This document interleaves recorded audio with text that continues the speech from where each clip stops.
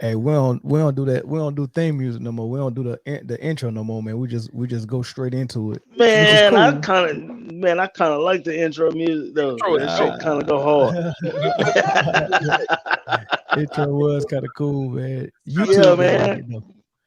YouTube didn't like it, man. But everybody that's already tuned in already, man, welcome back. And if you're watching playback, we appreciate you watching it. This Hey, is y'all. the Man, you always do that. I hate when you do that, man. I hate when you do that, man. But oh yeah, share the feed. Uh welcome back, man. We missed like 2 weeks, man, but we back in here. So which means we got a lot of this a lot of things to discuss. And this is the portion where we do the keep sweat, where we beg, where we tell people go over to YouTube. If you watching us from Please, Facebook, go over to YouTube.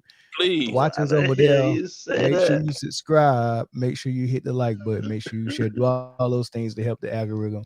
And we really need to get to 1K real quick so we can monetize, man. So definitely help us out over there on YouTube. And then also definitely go over and head over there to the Sports Cave, which is our sponsor. I don't And be begging, but I ask nicely. yeah, that's pretty much what we're doing. Pretty much what we're doing. But sportscavetruck.com or sportscave310 on Instagram. Or if you're in the San Diego area, you can definitely go catch them on their storefront on the Camp Pendleton base, or catch the mobile sports truck all over California, LA, San Diego area. They pop up shop, and they got all types of things to get to. All right. What we starting first, NFL or NBA? Whatever you want to do. A lot of I stuff to like. talk about for both. So Yeah. A Well, lot of yeah. I mean, and it was like, it was a, it was kind of a strange weekend in football. Well, I mean, like that Monday night game was like the weirdest game I've ever seen in my I life. didn't understand it. okay. I mean, it was definitely strange. I guess we can Yeah. start with Bellin. Okay. Yeah, Well, that's cool. let's go with the past week, and we'll start with the most recent game Monday night, the Patriots and Buffalo, which I picked Buffalo. I I really did. thought Buffalo was going, but this is before we knew that was going to have hurricane They like didn't. weather Yeah, or they didn't tornado even. like So weather. they didn't even say anything about it until like maybe what, like 2 hours before game time. Like they started showing, like pictures started popping up on Yeah. Instagram and stuff, and I was like, oh damn, because in the fantasy league I had Mac Jones as my quarterback, and I was only like 10 points behind. I'm like, oh, that's an easy win. Yeah, And of this course son we of a know gun come out and throw we three all in the same passes. fantasy league. We seen it. I was We actually yeah. I know I you was in the same fantasy league, I was but counting on everybody you. that's watching is not. I was counting on you and Mac Jones because you was playing Asshole. somebody I needed to lose. I needed that So person to lose. I had that win, man. I had You it, know, it's but closer in the fantasy league that now that I started really looking at the standings, it's some battles going on right now. It's some yeah, real, man. real battles going on. I Yeah, don't and need this no dude, competition. I don't need no competition at the top, man. Y'all should just let me get that out right. Just stop come on. competing, man. Y'all trying What too are you hard. like in fourth place? Come on, man. Get out of here. You know good and well I'm tired for second. You tired for second? Hell, Yeah. come on, man. You already know, Hey, man. I'm I with. know my Hey, stuff, Cole. You know I'm up at I'm. the top. Come on, player. I'm sorry. You are, man. Listen, right now your players are just now starting to come to the top. Everybody that drafted anybody that was good at the beginning of the season, their feelings are hurt. Like I Yeah, had Dalvin Cook. Dalvin Cook gone. Man, I mean, like it's like, man, come on. there's so many Corey, people. you haven't. I tell you what, I won't ever take Christian McCaffrey again. Yeah, Nope. he's Me a either. he's a Or Dalvin Cook. I flex take player. Dalvin Cook, but not Christian McCaffrey. Yeah, Christian McCaffrey be a flex at best. Mm. So let's get into the game, right? All right. Uh, if you didn't see it, New England only passed the ball 3 times, which is interesting because Buffalo kept their same game plan. They threw the rock, Yeah, but They it don't tried. seem like they could run it as much as or as well as they wanted to. Which and they still lost. New England still won. They at the top of the AFC. Buffalo needed their game, and Mac Jones only completed 3 passes, and then they just rammed it down their throat and won it somehow. They play How again the in two heck they weeks. pull it off? How they pull it off? They play again in 2 weeks. I tell you this. The Patriots did almost the exact same thing against the Cowboys 2 years ago. You I don't go remember into a that. game where it's raining sideways, right? Yeah, yeah, Dak couldn't hold the football. They had this game plan where they was going to throw the ball 55 times that game, right? right. And um, they played this excellent field position game with the Cowboys. They didn't care. They got to the 40-yard line. They'd have punted on third down if they wanted to, if they could, you know what I mean? And just Yeah, put the Cowboys deep in their own territory because they knew that they could stop the run, right? And they did the exact same thing to Buffalo. They just played this field position game, right? And just yeah. run the ball on. I mean, they didn't do anything spectacular. They popped one good run, and that's They popped really one all run. it took. That's all it took. Well, it wouldn't have really worked if Buffalo could put the ball in the end zone. They got in the red zone twice. One time, exactly. That's New England played good defense. They they do. really do. I said it when they was playing the Falcons. I think we said it in the group chat. That defense, that Yeah. cover one, they take your best player out of the game plan completely, whoever he is, and dare you to beat them with anybody else. You know what I'm saying? And the one person that they took out was they took Josh Allen. They took the run away from Josh Allen completely. Mm-hmm. Completely. And that was it. They were beat. I mean, I mean, he tucked it a couple of times, and well, more than a couple of times. He did of all right. course. But it wasn't one of the things like design runs and it's part of the game plan. So I get that part. If something that they was doing on defense prevented that, I get it. However, he still completed passes pretty good, even despite the weather. He still got to loose on a couple of scrambles. One really big when they got him across the 50. Right. It's just they got in the red zone. He got a little bit more passing 50, but they got in the red zone one time and they end up getting a field goal that they almost missed. And I think the second time they got in there, they was very close to the end zone. I just don't know what happened, and I think they end up missing a field goal on that one. Yeah, when Buffalo gets inside the 20-yard line, that's when they like to run Josh Allen, and they took that away. All they did was contain him. Don't let him outside, right? Because that's where he's dangerous. He's in the inside, in between the tackles. You got people in there that are bigger than him or the same size as him, right? He's dangerous when he gets outside and gets into the secondary, and little people be trying to tackle him. He's tough then, right? Man, they contained the hell out of him when they got into the red zone, and they didn't let him do that. And you're not finna throw the ball with no 60 miles an hour gusts. I don't care who you are. I don't care how strong your arm is. And then with a 35-yard field goal, did y'all see on it was on social media the pregame where that kicker kicked like the extra point and it just went and stopped right there and broke. 35-yard field goal, man. It was like a wall. That blizzard before the game, it was like, I'm like, okay, are they even gonna be able to play this regular? But I knew that the run game was gonna be, prevalent. I just didn't expect New England to throw the ball 3 times and still win the football. Man. That's crazy. I just needed Mac Jones to throw a touchdown. That's all I needed. Well, I told you what happened to me and my son. In another fantasy league I'm in, I had Myers, the receiver, and I needed 1 point. No, I'm lying. I needed 4 points to win in that league. And then my son had Bourne, the other receiver for the Patriots, and he needed 1 point to win. And neither one of us got it. One gonna get it. One gonna get it. Son, this you already counting that as a win. That's a win. Yeah, I was like, man, I'm good. Yeah. And then I think I was playing Butch. He had the backup running back for New England, and then Damian Harris got hurt, and dude came in the game. And I'm like, what? Yeah, unlucky. Bro. Unlucky, man. Man, that's crazy. Feelings was crushed, bro. But it happens. Let's go to another game, and we can discuss the game a little bit. What I really want to discuss, and I see right now my Wi-Fi want to act up. Let me know if I start breaking up because my Wi-Fi giving me that signal. Am I fuzzy? A little bit, but your sound is fine. Yeah, you still sound good. Yeah, my Wi-Fi acting stupid. But yeah, let's go to the Cowboys game. They just played the Saints, right? We that's not the Cowboys, but let's go to the Cowboys game. They just played the Saints. Well, we can kind of discuss Taysom Hill a little bit because a lot of people really, I don't know, I don't know what the infatuation with him is. I mean, he can run, I What give is him there that, to man. But what is there to talk about? I don't know. But we can get into it a little bit. But what I really want to discuss is the Cowboys and their running back situation.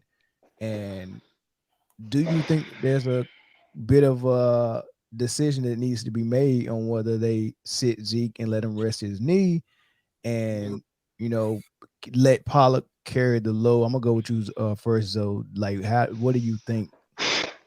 I mean, when you're winning, it's easy to say that. And the Cowboys have a good record. They're looking like they're getting back on track, especially once I saw the Saints on their schedule. If any and Taysom Hill starting, that's the team you want to play when you when you want to get back on track. Damn, that's cold. Honestly, like you feel good about your chances, though, right? It's the truth. Yeah, you're right. You feel good. Like you going into the game, Corey, you can't tell me you didn't say, all right, Taysom Hill starting, no Jameis, no Mike Thomas. Yeah, they got a couple pieces here and there. You felt good, right? Yeah. The only thing that scared me was that defense. That defense is tough still. Yeah, they do. Mario Davis, that man is a beast. But you feel good about your chances. You feel like you got the better team. And then your starting running back does not look like he don't look like Zeke. Let's just call it what it is. And he don't look like Zeke right now. And then you got Pollard breaking off these these gigantic gash runs. And what was that, a kick return he ran back? What was that? Yeah. Kick return a couple weeks ago. Like he just looks like the fresher back. And so I'm thinking, okay, we're in good position to make a playoff push. If Zeke is not healthy, you got to let the healthy man play with the hopes that by the time the playoffs do roll around, Zeke can be something that he once was. That's my opinion. I think you got to go with Pollard. What's going on with Zeke? Yeah, what exactly is it, Corey? It's a knee sprain, and the only thing that it is going to take. I mean, the only thing is going. I didn't even get to read it. The only thing that is going to heal it is time. So, I mean, yeah. Well, I mean, it's just knee soreness. It's just soreness. It's swollen. I think he got it drained this week. I think so. You think it's is he looking as bad as Todd Gurley's last year with the Rams? You think he got something? Definitely not. Definitely not that bad. That dude was trying to play on an ACL. Yeah, it definitely ain't that bad. Why you think Zeke don't want to sit down though? Like it makes sense to me to say, all right, we got a playoff run we got to make. If Pollard got it going, let me sit down and get better because we need me at 100% in the playoffs. But I think Zeke is at the mindset that if Pollard get out there and plays too well, I'm not coming back to no position. Maybe that's what he's thinking. I don't think that at all. I think it's a different mindset when Zeke is in the game and Pollard is in the game. I think that will soon change, right? I think so. The defense is geared different when Zeke is in the game. I'm looking for the run if Zeke is in the ball game. I am.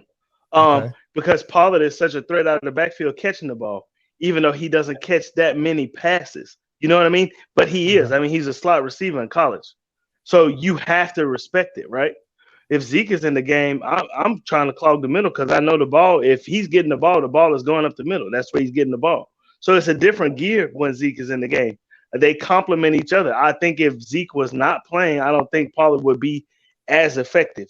I think he would be effective. You know what I mean? Just because he's quick. Bad. You know what I'm saying? But that's a good point. That's a good point. And that's the same thing I was thinking. I don't think Pollard could be the number one with all the attention. I don't think They he can. feed. He probably could be every down. He a little bit more. He probably could be every down. He a little bit more. I think he's more durable than CMC. Yeah, but I don't think without his I don't think without his yang, I don't think his yang would be yanging like that. No, I think that they complement each other extremely well. And like they talk about, they talk about in the papers at home and stuff, they talk about how, like they best of friends. They hang out, you know what I mean? They do a lot of things together. They do everything. So I think that they feed off each other very well. I think that I don't think either one of them would be that effective without each other. I think that they've grown like that. Yeah. But I don't think. I mean, if you are going to start Pollard, that's fine. But you got to bring Zeke in too. You have to. Yeah. Who's the third running back in your roster? Don't nobody know. They just traded. They just signed a guy. And I didn't even recognize his name. Corey, do you remember what I told you? Do you remember what I told you? Probably, I want to say maybe we was talking about this after the game. I don't know if I was talking to you or somebody else, but I said, "Hey, man, the Titans just dropped Adrian Peterson. They need to go get him. Let him be the power back with Pollard and sit Zeke and get him ready and for let him sit for a couple weeks." Well, yeah, the Seahawks beat us to that punch. Beat him to it. Beat him to he was effective this week. Very effective. Yeah, passing very effective. What was it? Overall touchdowns for running back. Man, Adrian Peterson. Man, Adrian Peterson is like, bro. Is he in that conversation for the best running back ever? No. I don't know, man. No, I remember his heyday. You remember his heyday? I remember his heyday. Oh my! Like there was nothing like. I haven't seen anything like that before, and I'm a big Emmett fan. You know what I'm saying? But I ain't never seen nothing like AP. As far as college, I haven't seen a running back in college like AP, Reggie Bush, and Marshall Faulk. As far as the league, I haven't seen a running back. Now, I'm not talking about the guys before, because I know Jim Brown was a monster. I'm just talking about the guys that I grew up with and that I watch now. That you really had. League, yeah, I haven't seen anybody like Adrian Peterson, Jerome Bettis. Unique. What's called like more? What's called reminds me of Jerome Bettis though. Who? That's how Derrick Henry run. I ain't seen stiff arms and all that. Derrick Henry. You really ain't seen nobody like Derrick Henry either. No, you haven't. You don't think Jacobs with New York was close to Derrick Henry? No. Yes, no. Derrick Henry is fast, man. Yeah, okay. No. Eddie George, no. Eddie George. Okay, maybe a little Eddie. Maybe a little Eddie. Okay. George was maybe a little Eddie. Yeah. About the same size. Yeah. And Ron Dane was supposed to be. He should have been. I thought he was. He should have been. He just never materialized. Yeah. Should have been. So but I think we all want to keep him. Yeah. Wisconsin keep a running back. Back to the Cowboys Saints. And speaking of running backs, Taysom Hill.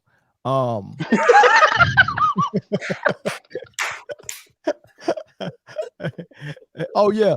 Hey, thanks, Floyd. I forgot about Barry Sanders. Yeah, I haven't seen anything like that either. Oh yeah, that's somebody we've never seen anything like. Nothing like that. Nah, there's nothing like Barry. Nothing. No way, man. But Barry was super special. Floyd said you high. Talking about Adrian Peterson all day. Walter Payton, yeah. I mean, Walter Payton, but I never really got to see. I was too young to watch Walter Payton play.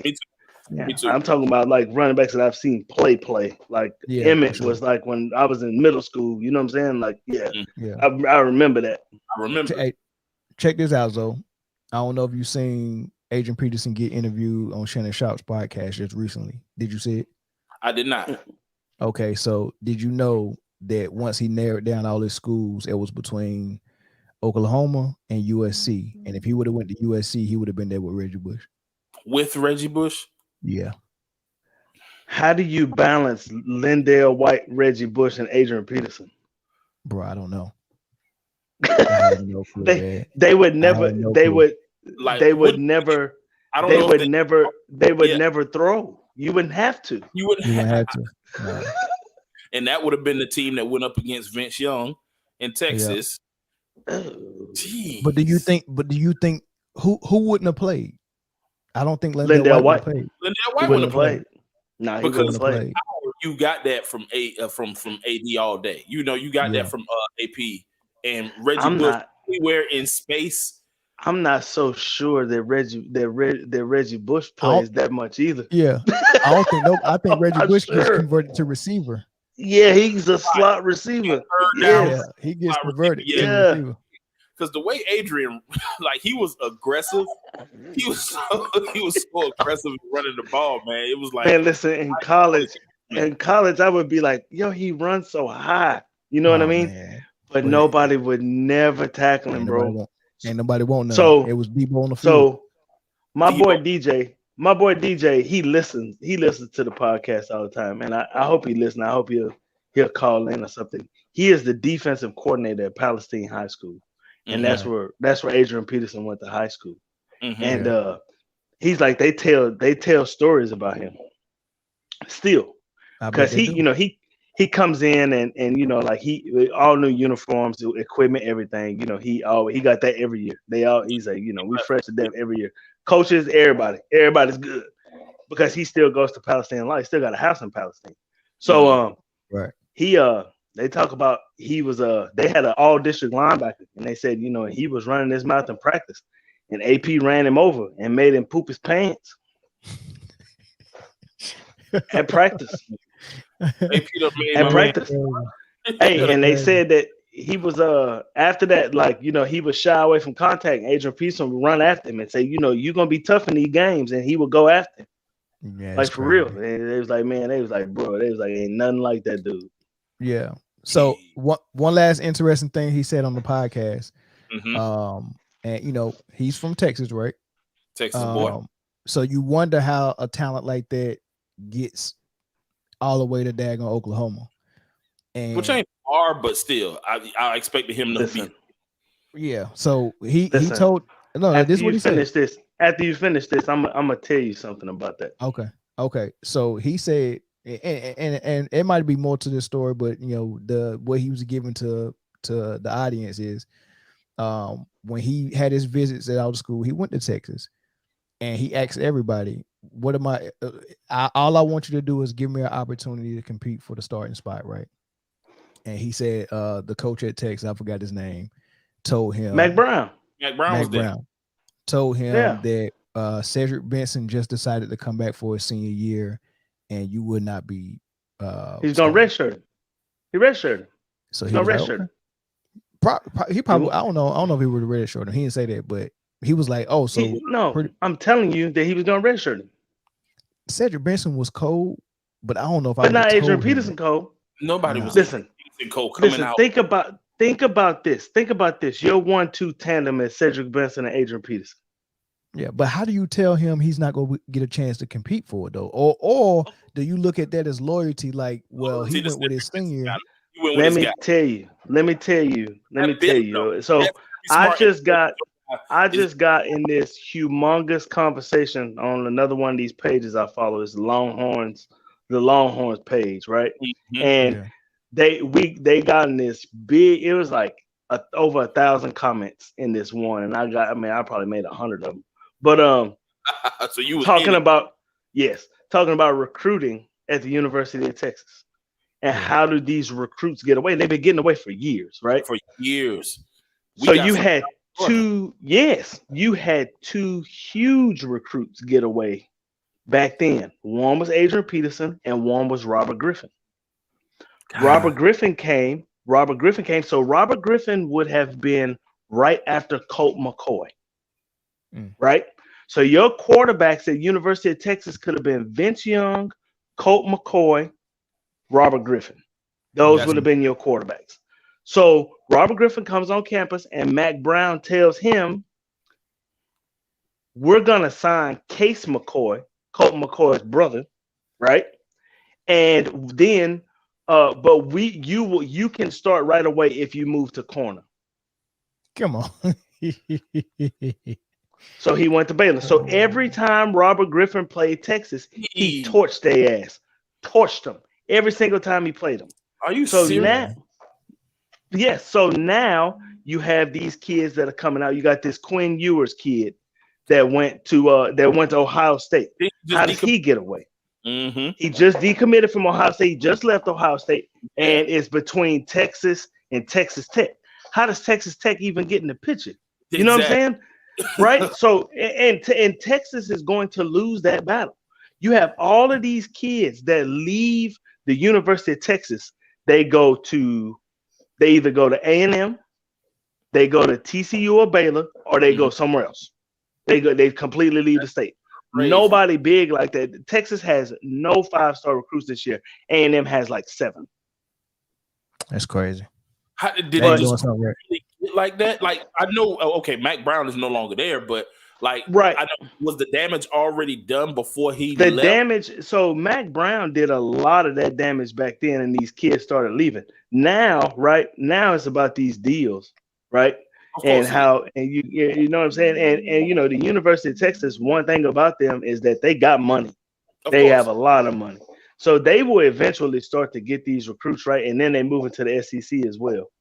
But so they're gonna get money. But in this tenure, and I'm talking about from the time Colt McCoy left the University of Texas till now, right? Mm-hmm. You haven't heard no great players coming out of that aren't linemen, right? And I'm talking about I'm talking about offensive linemen. You haven't heard of any players like that coming out of the University of Texas. You haven't. That's crazy. That is crazy. So much talent is in Texas. Like Georgia poached a couple kids out for the last couple of years. They have running backs. They have guys all over the field. It's Texas. They breed. You got this running back, Zach Evans, is running back at TCU. Zach Evans went to he went to Georgia. He is a freak. But bro, I don't know how it got like that, but yeah, that's crazy to even think about. It's just crazy. Yeah. He does, and Sarkisian does make terrible coaching decisions, and you're absolutely right. But you know, he went and he hasn't signed this kid yet, but he got this kid from what's the high school LeBron's son goes to? Sierra Kane. You got this kid Malik Murphy, that university. He already took a picture in the University of Texas sweatsuit, holding up the horns. If they get this kid, and then you got this Quinn Ewers kid that's sitting there too, right? You got these 2 5-star quarterbacks that are sitting there, and Texas ain't had that in a minute, even though they got this Hudson Card kid that they love, and I don't know why, because he is trash. But listen, you got to coaches got to learn this. Let me tell you something that these coaches got to learn. Talent wins games. I don't it sucks a lot of the times because that means unseating a dude that probably been there, a dude that probably won some games, a dude that probably you have a good relationship with. Listen, Kirby Smart, y'all know how I'm a Bulldog fan. JT Daniels is the better quarterback for Georgia, just like Justin Fields was the better quarterback for Georgia. He ended up leaving, go to Ohio State, break all kind of records because his loyalty to Stetson Bennett this year and his loyalty to Jake Fromm back then, who did win some games. Both of those guys, I'm not knocking nothing they do. Hey, I'm gonna tell you this right now. I saw it. Stetson Bennett can only complete a pass to one player. 19. Hold on. Let Zoe finish his thought. I'm trying to hear what he was about to say. I'm agreeing with him. Yeah, I'm agreeing with him 100%. If you got the talent, coaches, please ride the talent. Stick with the talent. I think that's the difference in Nick Saban and all the rest of everybody. Yeah. He'll bench Tua Tagovailoa for a quarterback he benched the year before in Jalen Hurts just to win the football game. These other coaches, they should have. We know nobody else in America can say that dude's name. He's showing out, man. You call his name too. Don't try to show out. Trust me, I know his name because he beat me in the national championship. They should have pulled Stetson in that game in the third quarter and put JT Daniels in and just see what happens. Just ride it and see what happens. They was already doing what they want on offense. We had to go tit for tat. They had already. Our defense ain't never been in no position like that. They were shook. Them boys were shook. And Bryce Young knew it, and he took advantage. You might as well throw JT, see if we can score with him. But we'll see what happens against Michigan, because Michigan got a defensive line. Oh, God. Ain't that kid up for the Heisman? Yeah. Ooh. That defensive line that's not. You put Stetson back there if you want to, man. I'm telling you, gonna get him killed. If He's it too wasn't little for that, if it wasn't for my guy Brock Bowers, 19, that game was worse than what it was. Yeah. You gotta go with the talent. You don't pass down AD for Cedric Benson. I don't care how loyal you are to Cedric Benson. That is crazy. And I don't care how loyal you are to the McCoy family. Yeah, you have an opportunity to put Robert Griffin on your field. You put Robert Griffin on that field. Yeah, I agree with that one. I agree with that, Yeah. but I'm kind of on his side with the Benson when he came back for his senior year. Well, what I would have probably liked him to do was go ahead and tell Benson, hey, we go ride with this kid coming in here. Go ahead and go to the draft, right? And let him make a decision that way. He was a top 5 draft pick anyway. He would have been his junior or his senior year. Yeah, he was. And he was a serviceable back in Chicago. He just got injured. He got injured, and now rest in peace. He passed away. I think he passed away last year. This is a good question. Who had a better coaching hire, LSU, Notre Dame, or Miami? I don't. This Notre Dame guy is charismatic. I don't know a lot about him though. I don't know a lot about him either. I know a guy. I know that. He's a guy. I know Cristobal was going to Miami just because that's where he came from. You know what I mean? I know Oregon is a big time job, and I know it is. But when they give you an opportunity to come home and coach at your alma mater, you going. I don't care who it is. You going? Yeah. That's Mike. That's my boy Mike Alvarez. Oh, that's Mike. Yeah. What up, Mike? And that's a tough one, man. And then and LSU, who did LSU just hire? They hired Kelly. Yeah, Chip. Yeah. Oh, but I don't like that one at all. But here's the thing though. I hate USC, but Lincoln Riley and USC, that's gonna make them something else. It's already starting. It's already starting. Yes. He's recruits from everywhere. They like he's the young, cool, charismatic quarterback coach. So I mean, he's already snatching recruits from everywhere. But I like Kelly to LSU because he's a kind of no nonsense, kind of not like Les Miles, straight arrow. Les Miles and Ed Orgeron, them boys crazy. But the reason why I like that for him because he can coach ball. LSU, you got New Orleans around you. You got Mississippi one way. You got Georgia a couple states over. Texas is right here. They're going to recruit themselves if you just go out there and do it. It's too much talent right around there. I think it'd be Louisiana, Texas, Oklahoma. You got all of those little areas right there that always kind of still recruits. And Chip Kelly, even when he was in down there, he in Oregon, he was snatching people from Texas then. So would you rather have either of those 3 coaches, or would you rather have Joe Brady, who just got fired in Carolina? Joe Brady's going to be on somebody. Joe Brady's going to be on somebody's roster real soon here. I think NFL roster, man. You think so? You think he's going to stay in the NFL? Yeah.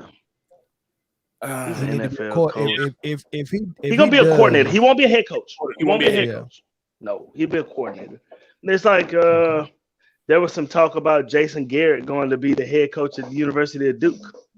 That's a good fit for him. Okay, that is a good fit for him. That's a good fit for him. I was hoping he wouldn't get another NFL job. His name don't need to be in no more of them circles. Yeah, he need to go down. And I think kind of like what Bill O'Brien did, because people forget Bill O'Brien is the offensive coordinator for Alabama right now. After So I mean, he goes when you screw up.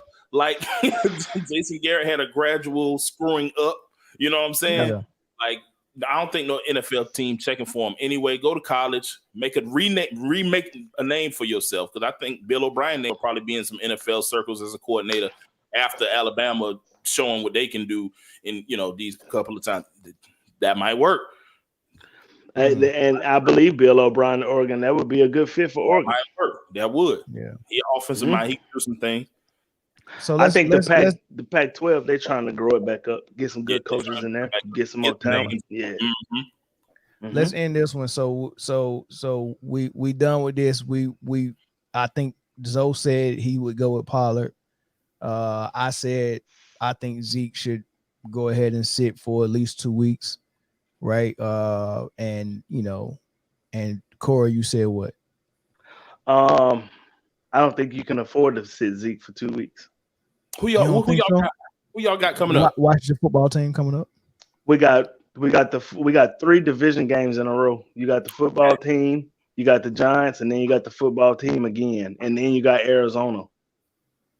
Yeah, I would sit Zeke. I would sit him, man. No. See, I get. You know what? I didn't even think about that. The NFC is tight from top to bottom as far as record goes, and even if, like, let's say the football team is not playing bad football. They've won 4 in a row, but they've won that 4 in a row by a total of like 11 points. Exactly. It's all real close games. Close, one ball games every time. And so if you got them twice next week, you lose both of those without Zeke, because I don't think Pollard can carry that load. You lose both of those without Zeke. We talking about a whole nother division. It's flipped upside down basically. So I get that. Yeah, I get that. But I still would sit them, because in the playoffs, I don't know if they have a chance. I would sit him after the second Washington game. I would sit him for the rest of the season. That'll give him 2 weeks to get back right, and then he'll be in the playoffs. Because right now, if the playoffs were to start today, I mean, you got the Rams first round of the playoffs. Mm-hmm. That's tough. Yeah. That's a tough matchup. Yeah. Okay, let's move to Philadelphia. They just had a game where their backup quarterback played phenomenal. Minshew actually played phenomenal in Jacksonville too. I mean, he, if they didn't draft Sunshine, he's probably still leading that squad. So, he's a good enough quarterback. And it's a lot of people that's calling for Hurts to get benched and for them to go with Gardner Minshew. And this is Philly friends. I'm not even lying to you. Like I follow this. Is Floyd? I follow. Huh? Didn't we just Floyd still on here? With Floyd, we said it. He said it too. He said it was a lot of people looking to say, "Hey, we don't know if Jalen Hurts is this guy."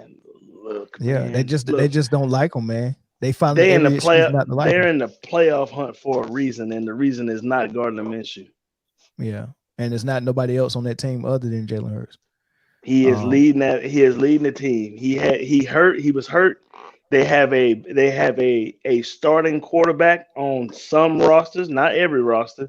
On some rosters, they have a starting quarterback as a backup, and he came in and did what he's supposed to do. He came in and completed some passes. That's what he was supposed to do. And he did it against the Jets. So who knows what Jalen would have done against the Jets. But I'll pose the question anyway. Is there a quarterback controversy in Philly? There probably is. Shouldn't be.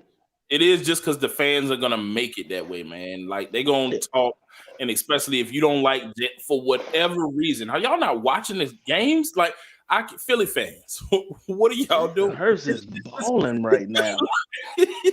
What are y'all doing? Like, really, Philly fans? Like, somebody in the chat, somebody, if you are a Philly fan, is there, and what's the reason why you don't have confidence in Jalen Hurts? Because the games that I've watched, which one of them against the Falcons, like, I don't see what there's not to like. Call in, please. Tell me what I don't know. Maybe I'm missing it.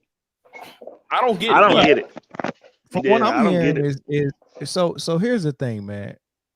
We know what a prototypical quarterback is.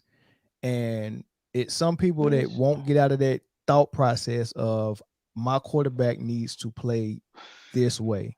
Like, I want him to be highly accurate. I want him to be able to make every throw. I want his arm to be the strongest. He can't make every throw.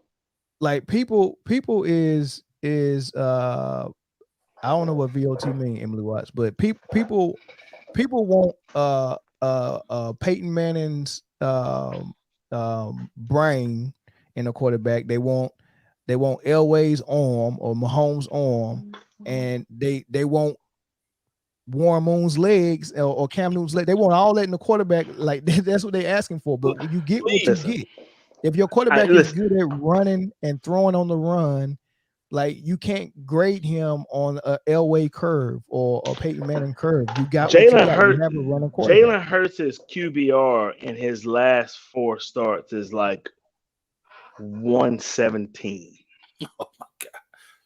I don't understand, man. I don't get it. Like Philly What fans, more can you ask for? they gonna end up alienating this kid and then riding with Gardner Minshew and then be out of the dog. So I would tell you this. If Gardner Minshew was the backup in Jacksonville and he came in and did this with Jacksonville, then I would give you that quarterback controversy thing, right?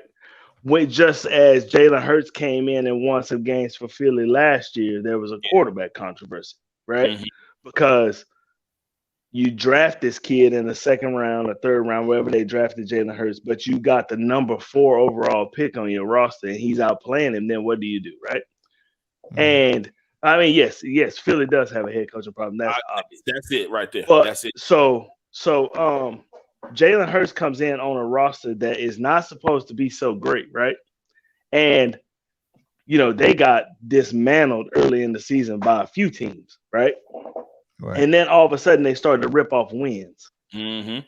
And they get back in this playoff race where they 2 or 3 games out of first place, right? And right there with Washington, right? Mm-hmm. And matter of fact, it's Washington and Philly battling for that wild card spot, right? And I think Minnesota's in that mix too. But Minnesota, they got so many injuries right now. Yeah, it's getting crazy for Minnesota. Yeah. So, and then Adam Thielen missing games too. So, even though Justin Jefferson had 11 catches. But we talked about that weekend too. Yeah, we did talk about But he goes out and then he gets hurt. And this dude, you come in and you play not the worst team. Well, shit, they tied for the worst team because Detroit won the game. Got to win. Where is my man LaCour? We finally got a dub. Yeah, I know, right? He finally got a win. He ain't even here. He probably was looking for his he probably still celebrating. But you get this dude to come in and you play, one of the worst teams in the NFL, right? And you do well against them. I mean, hell, that's what the hell you're supposed to do. You were a starting quarterback in NFL last year. We know you can play. That's why we signed you. Mm-hmm, just in case something happens to this kid, we have somebody that comes in that can hold down the fort until he gets healthy and he comes back in, right? Right. So where's the controversy? He did what he was supposed to do against the Jets. Your honest opinion, why do you think in some people's mind is a controversy? Like, honest opinion, be honest. I don't. All right. Go ahead, Corey. My personal opinion, I don't think it's a race issue because Philly's had black quarterbacks. They'd had black quarterbacks for years, right? Mm-hmm. Don McNabb, Randall Cunningham. You've had quarterbacks. Of course. But I think that Jalen Hurts got a bad rep in Alabama. He did. He got a bad rap in Alabama because he couldn't throw. He couldn't. He wasn't a very good passer in Alabama. Mm-hmm. But he went to that. I told you I didn't like him at Alabama. Yeah, he went to that Lincoln Riley School of Hard Knocks, and ta-da! All of a sudden he can throw, right? Yeah. So, and then you get this dude that comes. Then you had Carson Wentz, right? Carson Wentz. I don't care what anybody says. Carson Wentz is in the best situation he could ever be in Indianapolis right now because the only thing he has to do is say set hut, turn around, and give the ball to Johnathan Taylor. That's all he has to do. And it's simple. We'll discuss that in a minute. It's super simple, right? Super simple. So now that you have this kid that comes in and he's probably supposed to be doing what Carson Wentz was supposed to be doing, right? Right. I don't think people really like that. I think that it was like you got this kid that, he's not supposed to be very good. He's an overachiever at best, right? But he's very good and he's winning football games. Gardner Minshew is he was the new hotness last year, the big mustache and the long hair, you know what I'm saying? And Jacksonville won 4 games? Mm-hmm. They was the number 1 overall pick, right? They were the number 1 overall pick for a reason. Yep. You know what I'm saying? So, I mean, look, man, you come in and you go 20 for 25 with 2 touchdowns, you know what I'm saying, in a game that if Jalen Hurts was there, you win by 30. So, I mean, honest opinion, I think like you said, Mel, stylistically, like I don't think that they are comfortable with the way Jalen Hurts plays. I think they got an eye over there on Carson Wentz, and then I think they got an eye on these guys that have all of these tools, like Mahomes sidearming the ball, and you got Cam who can run people over. Then you got Lamar who's doing all of this and still throwing the passes that he throws, even though he ain't. And I think they just say you're not that. So maybe this is all fool's gold. The last time we had a quarterback like that, he got killed. So why we want another one? Why exactly? You're not that. We want you to look like you said, Mel. If you look a certain way and you throw the ball a certain way, either you're gonna be in the Peyton Manning mode, or you're gonna be in the Patrick Mahomes mode, or somewhere in between, or you got to be Lamar Jackson. You get what I mean? Right. Like if you're not those three in the mold of those three, there's no way you can be Tom Brady. You know, you're not even going to be close because you're not in the mold of what we think a quarterback's supposed to look like. Jalen Hurts is a quarterback that had learned how to be a quarterback really well in his last year in college. He learned how to do it. And he came to the NFL using what he learned in Alabama, which they didn't need him to be a great quarterback. They needed him to use his legs and throw the ball when it was needed. I think he combined those two, and that's his style. And is leading Philly who wins. I like it. I like it. It's working. This is his first year as a starter, too. This is his first year as a starter. His first full year, It wasn't working. I get it. If he's just stinking up the joint, okay, I get it. It's still early, though. But he's winning, not, man. And they winning games. And trust me, a win in this season, you got to cherish some things because teams that's losing ain't supposed to be losing. Teams that's winning ain't supposed to be winning. Like, you got to cherish those wins. And he's doing that. So I don't think it should be a controversy at all. Yeah, I don't think it should be either, man. But I don't think it is. The coach named Hurts as a starter coming up this week, right? He's ready to play, right? I think he said as long as he's healthy, he's the starter. So he said the right thing. I just don't know if that's true. I hope it is, and I hope Philly fans just go ahead and embrace the kid, man, because he's playing good ball. But since we're on the topic of quarterbacks, and since you also brought up Johnathan Taylor, Corey, that's the next thing I want to talk about. I want to talk about the MVP race, and every circle that I've heard or listened to or watched on TV, all the, I don't want to call them experts, but all the talking heads are saying that Tom Brady is in the lead for the MVP, and then they got quarterbacks like Josh Allen, Aaron Rodgers, Pat Mahomes trailing behind him, and no mention of Johnathan Taylor. No mention of Johnathan Taylor. Not this week. Maybe his name came up when he had that big game 2 games ago. We had the 4-touchdown game. His name came up a little bit, but there's no other position in the MVP race other than quarterbacks. And the crazy thing about it, we discussed this, Mel. We did. About the last time another player won MVP, and we said LaDainian Tomlinson. It wasn't. It was Adrian Peterson in 2012. But look, this is the thing. In order to win the MVP and not be a quarterback, you have to break a record. And I think he took a knee. Remember, Adrian Peterson took a knee so he wouldn't break the record. Remember that. He was getting ready to break Adrian Peter. He's getting ready to break Eric Dickerson's single season rushing record, and he went right before the record, and he took a knee. He didn't break the record on purpose. But he broke. But LT broke the touchdown record, the single season touchdown record. Season, right? He did. So he got the touchdown record, and I think AP ended up rushing for over 2,000 that season. Yeah, right? he could have broke the single season record, and that was right off that ACL tear. Which is right. So It was. So in order for a running back to win Boy, y'all don't MVP, think he in that list for the top running backs. they Boy, literally cold. have Boy, to that boy break a record. cold. That boy cold. What's Johnathan Taylor on pace to well, there it is. Break the record. Yeah, right now he's got 16 touchdowns rushing, 2 touchdowns receiving, and 36 catches, 336 yards, and 1348 rushing. The boy is balling, and you can't name another person on that offense that is really propelling this team to wins. It's Taylor. And even when they went head to head with Tom Brady, Taylor had a game where, I think they was kind of controlling that game, so they wasn't really going to Taylor as much. But when they needed him down the stretch, he just took over the game, got all the way down the field, scored a touchdown. But I think Tom Brady came back and they scored to win it. So they played in a couple of big games. Yeah. They said that he couldn't run on that defense. They said he couldn't run. I think it was Buffalo's defense. He couldn't run on them. He ran all over them. That man can run on anybody.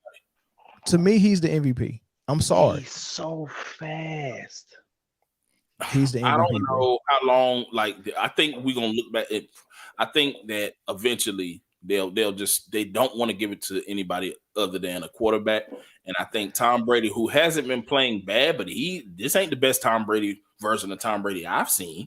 Tom Brady throwing a lot of picks. He threw one to off a defensive lineman for the Falcons, which is crazy because one, the Falcons getting interceptions, and two, it's a defensive lineman. He's not playing the best ball. He's winning games. He's winning games. Taysom Hill shit. Yeah, he is. That is. But a QB, they have to make it a QB. I feel like they have to make it a QB. But in my mind, Johnathan Taylor is carrying Colts. He's carrying Tom Brady. It's a Tom Brady swan song, man. Come on, man. I'm tired. I'm tired of it. I'm tired of this. It's starting to make me not like QBs. I'm starting to like defensive tackles and defensive. I like to see them get hit now because first of all, you create rules. Look, let's be honest. And Corey disagrees with me because he played quarterback. But let's call a spade a spade. This is Melvinomics again, right? This is me, right? Mm-hmm.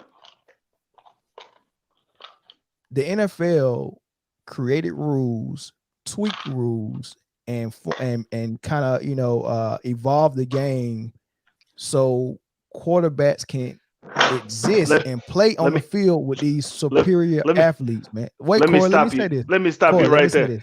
They created rules and twisted rules and turned rules so Tom Brady could play. Don't say quarterbacks. Tom Brady. Well, there's a Brady rule. Well, hold on. Let me get my point out. Let me get my point out, right? Okay. So yeah, I've always said this, and I use this analogy, right? If we were playing football, or if we wasn't playing NFL football, let's say we was playing rugby, we know what position of players would not be able to get on that field, and it's the Tom Brady's, the Peyton Mannings, and all of them, right? So if we strip football down to its just pure form, simplest form. Of running the football and breaking tackles and tackling. Throw a tackle. Right? Look, either run or tackle. You got to do those two things, right? Right. Tom Brady wouldn't be able to play. So to me, the running back position, the linebacker position, safeties, D tackles, those guys are playing 100% football. All Tom Brady is doing is throwing the ball to superior athletes. And if he gets touched, something went wrong with your football team, right? To me, that's not you can never get that title of best football player ever if you're a quarterback because you're not playing as much football as the other players. Running backs are I appreciate them more than quarterback now, but I know with the rules, the way the NFL is formulated, the quarterback is the most important position on the field. Yeah, I know that. Yeah, I know that. But that's only because quarterback the position has evolved. You have athletes playing quarterback now. It didn't used to be that way. Tom Brady, Ben Roethlisberger, these older quarterbacks, with the exception, Aaron Rodgers is the exception to all the rules. Yeah, because he's way more athletic than he should Yeah, be. he's that dude. Yeah, he's super athletic. Those dudes are kind of dying out. You have more not Cam Newton, excuse me, Lamar Jackson, Even Josh Patrick Allen. Mahomes, Josh Allen, even Justin Herbert. You know what I mean? Like these dudes, Dak Prescott, these dudes can move. Yeah, they can move, and they are good athletes, right? That old dinosaur quarterback is kind of going out. But with the way the league is geared, I mean, they've made rules for Tom Brady to be successful. And his swan song. Like this could be it. And I'll be damned if he ain't gonna be the MVP. Even if the quarterbacks are evolving and they're more athletic now, the standard is still the quarterbacks that you're calling dinosaurs. That's still the standard. Like we just finished talking about Jalen Hurts, and people are saying I don't like him because he's not as accurate as Tom Brady or Peyton Manning, right? And that's what you said. No, this is none of these quarterbacks are accurate as Tom Brady except for Aaron Rodgers. He's the only one, and maybe Matthew Stafford. Maybe. It's a lot of quarterbacks as well, but not accurate like that. But my whole thing, Corey, is you're talking about these guys are athletic now, but that's still not the guys that they want. If one's falling in your lap and you don't have a Tom Brady, you go with a Jalen Hurts, you go with a Cam Newton. If you get a Tom Brady, you're going to take that Tom Brady. I tell you what, then there are. If that's what Philly wants, then get ready to lose, because the quarterback position is not the same. Then take Gardner Minshew and run with it, because it is not the same, not anymore. The game has evolved. Okay. Last thing I say. You can say the game evolved all you want to do. Last thing I say, and I'll let Zoe respond to it. Right? You're saying these quarterbacks are evolving, right? They're more athletic. Okay, some of them can run, but guess what? If you hit them enough times, guess what happens? They don't be accurate anymore, right? They get rattled, so they get hurt. Like look at Joe Burrow. Like, okay, I'm hitting people like Cam Newton, Jalen Hurts. They're just like running backs. But if I ever get my hands on one of those quarterbacks that you're saying is athletic, like Justin Herbert, he's going down and he's going to stay down, right? If these linebackers get a hold of him. So my question is though, okay, is it really evolving just because you can run a little bit now, just because you got wheels, or and if so, then how come they still got the rules where you can't touch these dudes? Did you see the quarterback in college that fake slid and then went out and ran for 40 more yards for a touchdown? Yeah, he probably That's smart. That's brilliant. That got him to the damn Heisman Trophy presentation on Saturday. That one play. But why does it rule exist where I can't tackle a quarterback that's in the open field the way I tackle a running back? You can't tackle anybody that slides like that. It's just those positions don't slide. Oh, okay. Why do quarterbacks slide? Why? Protect themselves. Okay. Why ain't no other players sliding? It's not. The quarterback is our leader. He's the most important person on the field. You said it. See what I mean? All right. Go ahead, Joe. You said it. Yeah, you said it yourself. I think it's going to always be this, like the quarterback has like we all agree there's a stigma. There's a stigma with it. You get what I'm saying? Like of being this pocket passing, tall, unathletic white dude, to be completely honest. But he has a good head on his shoulders and he can distribute the ball well. That's what the prototype was. I do think it is changing because teams are seeing some of the success of the dudes that can run around. But while the dudes are changing, the rules aren't. They might be actually getting more favorable for the quarterback as we go along. Like any type of incidental contact to the head is going to get a roughing the passer call. And it can be it can be right before he throws the ball and you reach your hands up, which a defensive lineman is taught to do, and you hit him in the head. They're going to call it. You don't have to be, but if I jump up in the air and I got a right to the ball and I'm playing DB and I smack it down and I accidentally hit the receiver, he's not protected. You know, he's not going to be protected. So I think that it's just going to always be like that. Yeah. I don't like it because of situations like we're facing right now with this MVP stuff. Like, you can't shield me from the same type of things that these other players are subject to, and then turn around and reward me for being the best if this dude is going through the things that he's going through. Like, running back, it's a collision sport. Like, you running to get hit, like, it is deadly, bro. Life expectancy is real short for a running back. It is, bro. You getting hit repeatedly. Every play, full speed. Every time, not every play, but every time you touch the ball, yes. Yeah. Sometimes you got to block. You got to block too. It's gonna be a train wreck. It's a collision. But look, you cannot make rules that to handicap my opposition, right? The guys that's trying to take my head off can't really do take my head off. Look, the guys that's trying to take my head off are restricted, and the guys I'm throwing the ball to, the guys that want to take their head off can't do it if the ball is in the air. You get what I'm saying? Like, so they're making the rules where it's easier for a quarterback to succeed, and then turn around and say all the success of the team is based because of this quarterback that you just handicapped all his opposition. And on the other hand, you got the running back position, which is probably the hardest one to play physically, right? Right. And then never reward them with consideration for MVP. It's just ridiculous. It really is. I'm not disagreeing. I'm not disagreeing with you at all. The MVP, it just is what it is. You know? The MVP that Tom Brady did win. Protect me. When Moss was there, I think Moss should have got the MVP. Well, yeah, duh. Moss should have got the MVP, not Brady. Yeah, I mean, so listen, right? You got to a point, right, where in the NFL they had to protect the quarterback because these defensive ends were getting smaller and faster and better, right? No, I don't care. Yes. I don't care. Listen, let me finish, man. Yes, you had the what's the dude that played Dwight Freeney played for Indianapolis. Mm-hmm. And then you start getting these dudes like JJ Watt to come into the league and David Klein. You had these big ass defensive ends that were just as quick and just as athletic, right?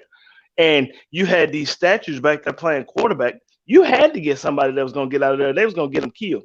So these guys that were successful coming up from 2000, Tom Brady, Ben Roethlisberger, Peyton Manning, all of these cats, right? These cats are not getting out the way, right? So you had to make rules for them. The rules won't evolve. They're not going to evolve for, I would probably say, 5 or 6 years. They're not, because it took them a long time to put these rules in place because quarterbacks used to get pummeled. Like, and I'm talking about like Brett Favre, John Elway, Troy Aikman. Those quarterbacks used to get put on their head, Jack. They used to get killed. They used to get killed. So these rules were put in place for these players. So when you say for quarterbacks to protect quarterbacks, these quarterbacks, it's not a rule to protect quarterbacks. It's a rule to protect Tom Brady. Once Tom Brady leaves the NFL, right? Once he leaves the NFL, these rules will change. I promise you. You know what? You I might don't be think on. they will. You might be on to something. But that mold I'm telling you. is starting to be less and less. Like who? Let's think about it. Phillip Rivers is gone. He's in that mold in that time frame. Matt Ryan. Ben Roethlisberger. Ben Roethlisberger should have been gone. Roethlisberger should have been gone last year. Matt Ryan is in that mold. He got a few more years. Brady, this might be his swan song, like you said. After that, who's in that mold of that old traditional pocket passing quarterback right now that's out there? Sam Darnold. Yeah. No, I'm just joking. He's kind of athletic, though. He's pretty athletic. He's pretty athletic. He's way more athletic than Tom Brady and Matt Ryan. I'm trying to think of are there any quarterbacks left in that mold? Yes, it is. Yes, it is. Who? It's a lot of them. They just on the bench. Who?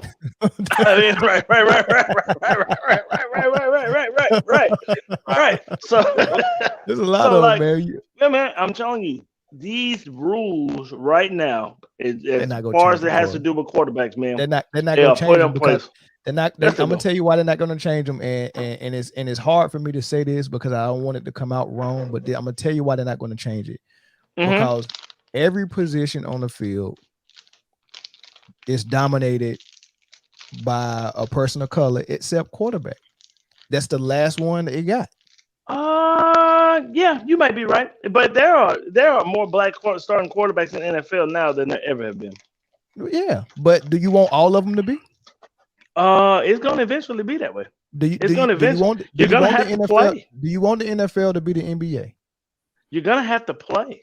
You're gonna have to. You gotta Look, play. And they would like you said, so there'd be another rule. I'm going with talent.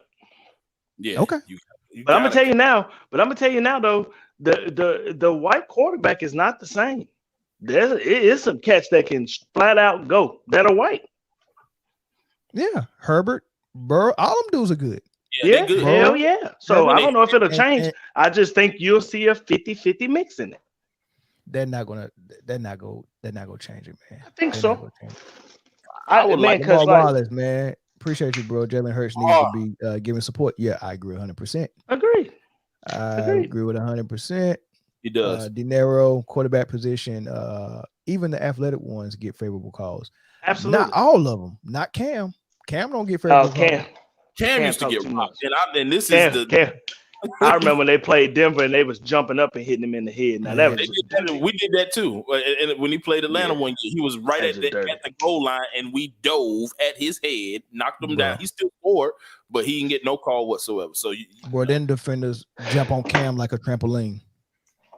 Like a daggone trampoline, man. I called him a Campbell. And boy, It's just like what you call it. Like to me, my favorite quarterback to watch playing these last few years, he's not even playing this year, is Deshaun Watson. He's my favorite quarterback to watch. That dude can flat out ball. He can go. He'll be in Carolina soon. Either there or Pittsburgh. He's gonna have. You know what? Might be the best worst thing that possibly happened to him. He's gonna have his choice next year after all this stuff blow over and people settle out of court because it's gonna be too long. They want their money right now. I'm 30-something sexual assaults. If that son of a bitch was going to jail, he'd have been in jail a long time ago. That's what I'm thinking. Ain't nothing gonna happen to him. What I'm thinking. Not a thing. That's what I'm thinking. Not a thing. As soon as the popularity and the buzz settle, you don't even hear nothing about that no more. Nothing. Not a thing. And that's why I think that it is a true statement that his people are the ones that came up with this whole thing. Man, get out of here, man. No way. He was in real legal trouble, man. Do you feel that Trevor Lawrence is sandbagging this season knowing he has a bad situation? No, that team is bad. It's just a bad squad. Listen, and he don't have his boy either. Etienne. He don't have Etienne. Etienne bailed him out in Clemson. Etienne was his dump off. Every single time he got in trouble, he dumped the ball off to Etienne. Etienne saved that dude 55 times at Clemson. I will say this though. I do think Trevor Lawrence can do because they threw him in the fire like Peyton Manning got thrown in the fire with the Colts. Yeah, just go great. Right. And I think he's got the capability to say, all right, man, I had I didn't perform like I wanted to. I didn't perform well. And that's going to put enough fire under his butt to go into the off season. Yeah, he gonna go into the off season and he go dig in and he go come out looking pretty good, man. He's a winner. I like him. I like him a lot. Y'all agree he was still the right pick, right? Of course, I do. I think he was the right pick. I just think there's a lot more wrong with that team and that organization than Trevor Lawrence. Absolutely. Yeah. Absolutely. He would have been a right pick for a veteran coach. I think it's a mistake to have a rookie quarterback and a rookie coach. That makes no sense. And a coach that liked to rub booties more than he liked to coach. Exactly. Urban Meyer is hey, he'll playboy. You can't. Don't hate the player, hate the game. He won't finish the season. He won't finish his contract. He won't finish his contract. Urban Meyer. Urban Meyer. Urban Meyer Yeah. gone after this season, man. This is it for him. He's going somewhere else. Maybe, Urban Meyer might end up at Oregon. I was thinking maybe Oregon. Yeah. Lamar said Johnathan Taylor is a serious problem. MVP is a quarterback award. Yeah, man. And that's the part I hate, man. MVP is a quarterback award. So and being the GOAT is a quarterback discussion as well. I don't know why. The MVP will be Tom Brady, and the offensive player of the year will be Johnathan Taylor. Man, I hate that, man. That's how it's gonna go. How valuable? I'm trying to think. Like, where do we place? I think somebody asked it earlier. What's the value on the MVP now? If you know, like, we can kind of figure out. I think what's the value? I think it's more offensive and defensive player of the year. Yeah.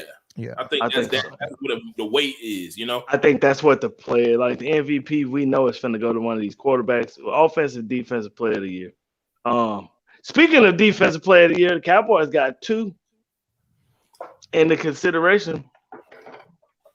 Listen, I'm just saying. Oh man! All right, because what's called is a bad young man. Hey, I was listening to Michael Parsons is bad, but I was listening to an old episode we did after the draft, and I remember how mad you were that y'all didn't get Patrick Surtain or Horn, and not anymore. You didn't know Diggs was gonna be like this, did you?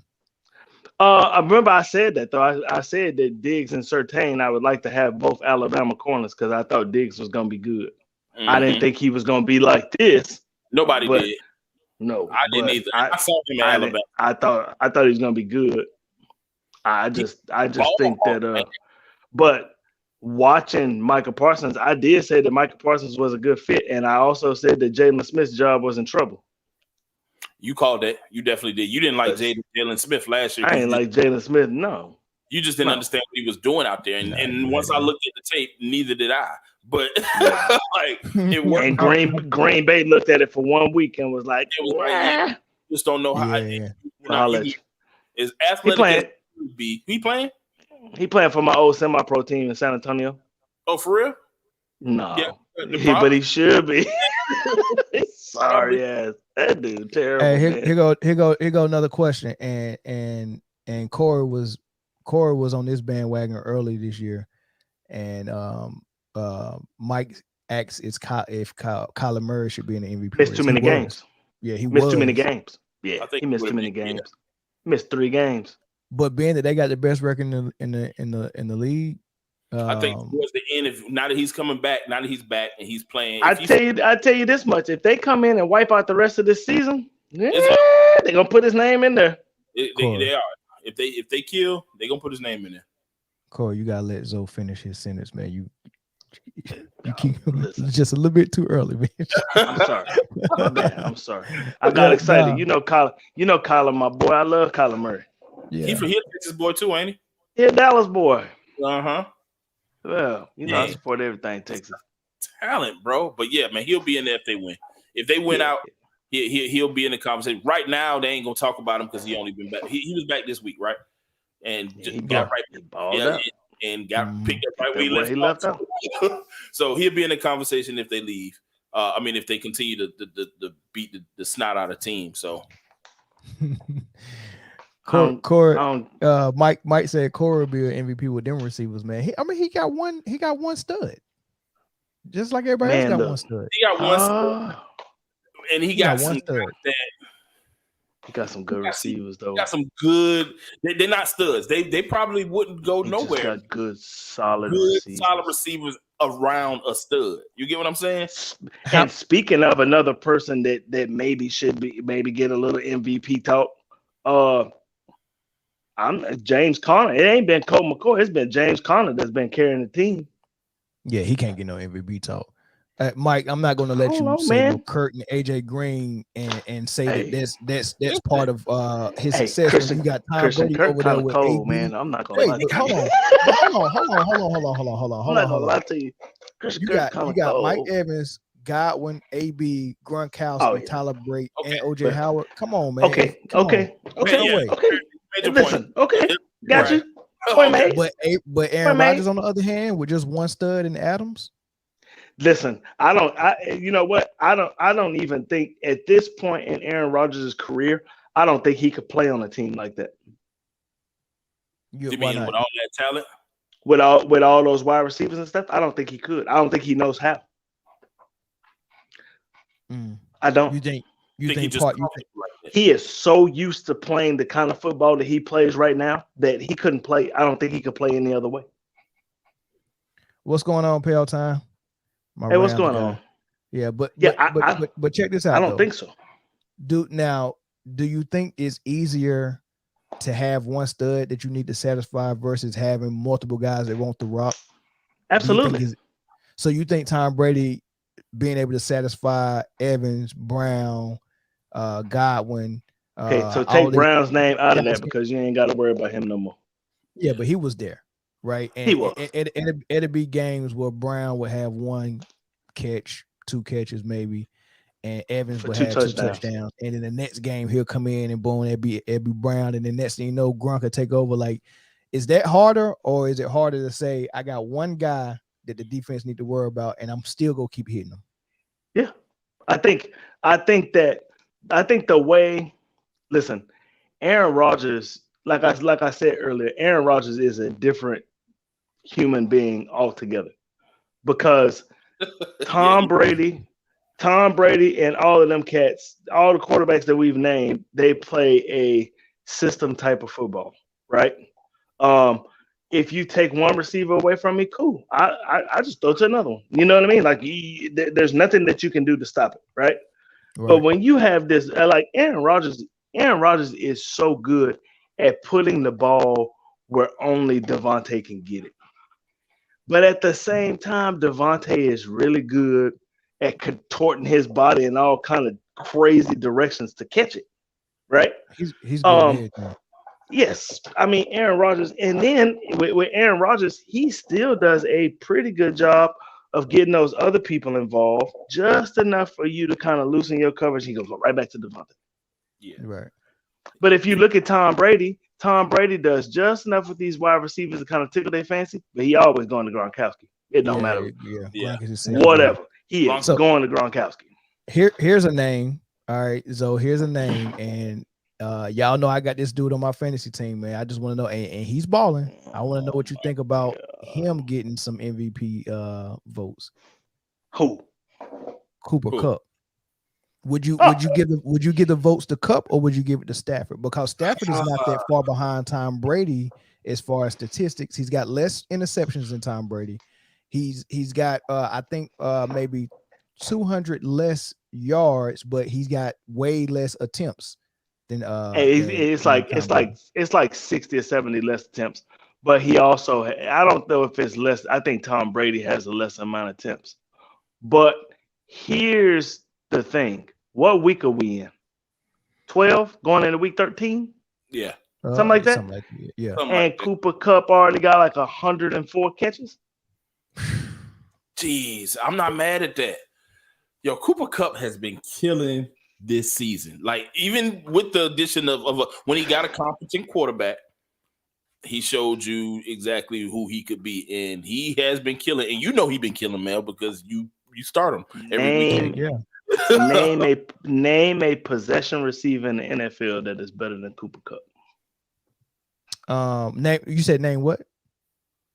A possession receiver in the NFL that is better than Cooper Kupp. Only Devontae Adams. Only Adams. Kupp is right behind him. But as far as this year, I wouldn't mind seeing Kupp has not cost the Rams games over Stafford. Oh, of course. Yeah. I mean, yes. Yeah. I mean, that's a given because Matthew Stafford has the ball every damn play. Every play. Matthew Stafford is definitely going to cost some games, and him throwing stupid picks has cost some games. Yeah. And with him throwing stupid picks, not just picks, stupid picks. Yeah. He still got less than Tom Brady. Still got less picks than Tom Brady. Which is the reason why Tom Brady should not be in anybody's MVP race. No. Like I said before, this is Tom Brady's swan song. Man, I just Tom like Brady. It. Tom Brady could get hurt right now and not play the rest of the season, and he's still gonna be the MVP. They'll make up an award for him. So he pay on time be on his Rams stuff, man. He said he's 60 yards behind Cameron Johnson through 12 games. Hey, look, I'm with you. I'm with Taylor. I'm with Kupp. I'm with Taylor and Kupp getting MVP votes over Tom Brady. I think Cooper Kupp definitely should be, if not first, second, because him and Johnathan Taylor kind of offensive player of the year. All right, this question is for you, Zoe. Right. What current NFL player would you want to go to dinner with? What restaurant? And would you offer to pay? Let's start from backwards. I'm not paying for no NFL player dinner. Hell no. First of all, the dinner gonna be comped as soon as we walk in. So because I'm gonna let everybody in there. Don't worry about that. I'm with. Yeah, man. Go ahead. Ain't worried about that. Yeah. Let's see. Current player. Okay. Yeah. You know, I would probably. That is tough. Because I could go with home team, and it would probably be Cordero Patterson, and I would just want to ask him, what is it like to be in your what year did he come in? Him and Justin Hunter came in. How does it feel to be a hidden gem? Like you play the best football now after all of these teams and all of these seasons. Like why shouldn't he be in the MVP race? Because we ain't winning no games enough. It doesn't matter if you take Cordero Patterson off that team. Y'all might not score. You might be right. You're right, and it'll be Cordero Patterson for me, especially this year because this dude has single-handedly carried the franchise that I root for. He really carried them. We'll probably go to someplace that he can afford that I shouldn't be going to. So one of those restaurants, those fancy smancies. I don't know. I would say Roof Chris, but I mean I ate at Roof Chris before. Like I don't Morton's or somewhere. Morton's. Yeah. So here's my answer. Who is it? Here's my answer. I'm with you. I'm not going to offer to pay. No. Mm-hmm. As far as where we're going, it's gonna be freaking Starbucks because I'm not about to have no dinner with no dude. It's too much like a date. Yeah, and it's a dinner date for sure. Yeah, and the player would be Big Ben Roethlisberger, and we just go sit down and talk about all those rape allegations. I want to know the scoop. I want to know the scoop.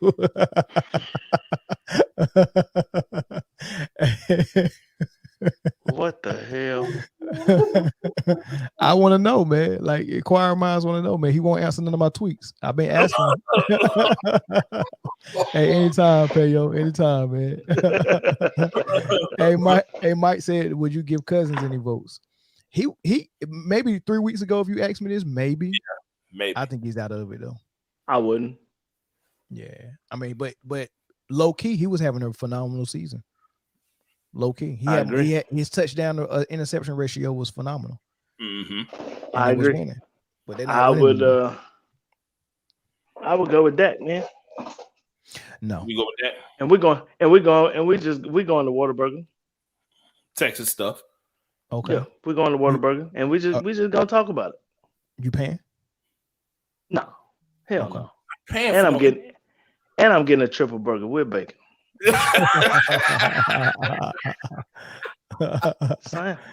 Oh man! Well, first of all, why would you ever go to Whitworth? Look, why would you ever go to In-N-Out? In-N-Out that's a Cali. That's a Cali. Man. That's a Cali boy. That's a Cali boy. Overrated. In-N-Out's not good. I mean, anybody it's not. So anybody put half an onion on a burger, I don't want it. Hey, how much interest can you get on a burger though, Payo? Exactly. By the time we leave, the price went up. Yeah, man. Hey, so look, we hey Payo, I know you're a Rams guy and a football guy, but I want you to stick around for some of these NBA topics we about to get into. What did he say? He said, I'm from Canada. Oh, he's from Canada. California? Only had one. Canada, boy. Oh, Canada, what is that? Canada. CA? Is that Canada? I was like, it ain't no Canada, Canada. Canada. That boy said California. Boy, No, what you didn't see the CA hell? right there. Canada, CA. It's Canada, California. California. It's by Lancaster. I'm just joking. Yeah. Well, y'all so stupid, man. All right, man. Check this out. I'm gonna do something really quick. Okay. And I want y'all to give grades so far to these NBA teams, right? But I'm gonna randomly pick the teams. I got like 6 teams on this wheel. I'm gonna spin it, and when it lands on a team, you got to give me a grade and then talk about why you give them that grade so far. All right, y'all ready? Let's start with the Lakers. F. You can't do that. Corey, you stupid. Oh man, the Lakers ain't on there, man. Okay. All right, let's go. Oh. Yes. No. Oh. I mean, who go first? Man, A+. Yeah, man. Yeah. I'm actually Over watching right now. Like they're over. Yeah, man. A, Overachieving. A+, extra credit and all that. Yeah, man, they're overachieving, and It's so unfair. and just to think that Clay will be back in a couple of weeks. It's so unfair. Are they the favorites? Right. If you had to pick a favorite to win it all, I'm picking the Warriors, and I'm with y'all. I'm giving them an A+, man, because to have the best record in the league, for Steph to be playing like an MVP right now, for Clay and Wiseman still not there. The way Wiggins is playing, the way they're playing defense, everything's clicking. They're healthy. Hey man, they look great, yo. And I'm going with Steph for MVP so far. And I'm giving the Warriors an A+. I'm with y'all on that. It's out of Steph and Russell Westbrook for the MVP. That was a joke. Man, stop, man. You know good and hell well. I'm going. You know good and hell well. Man, I can't stand y'all. All right, you ready? Let's do it.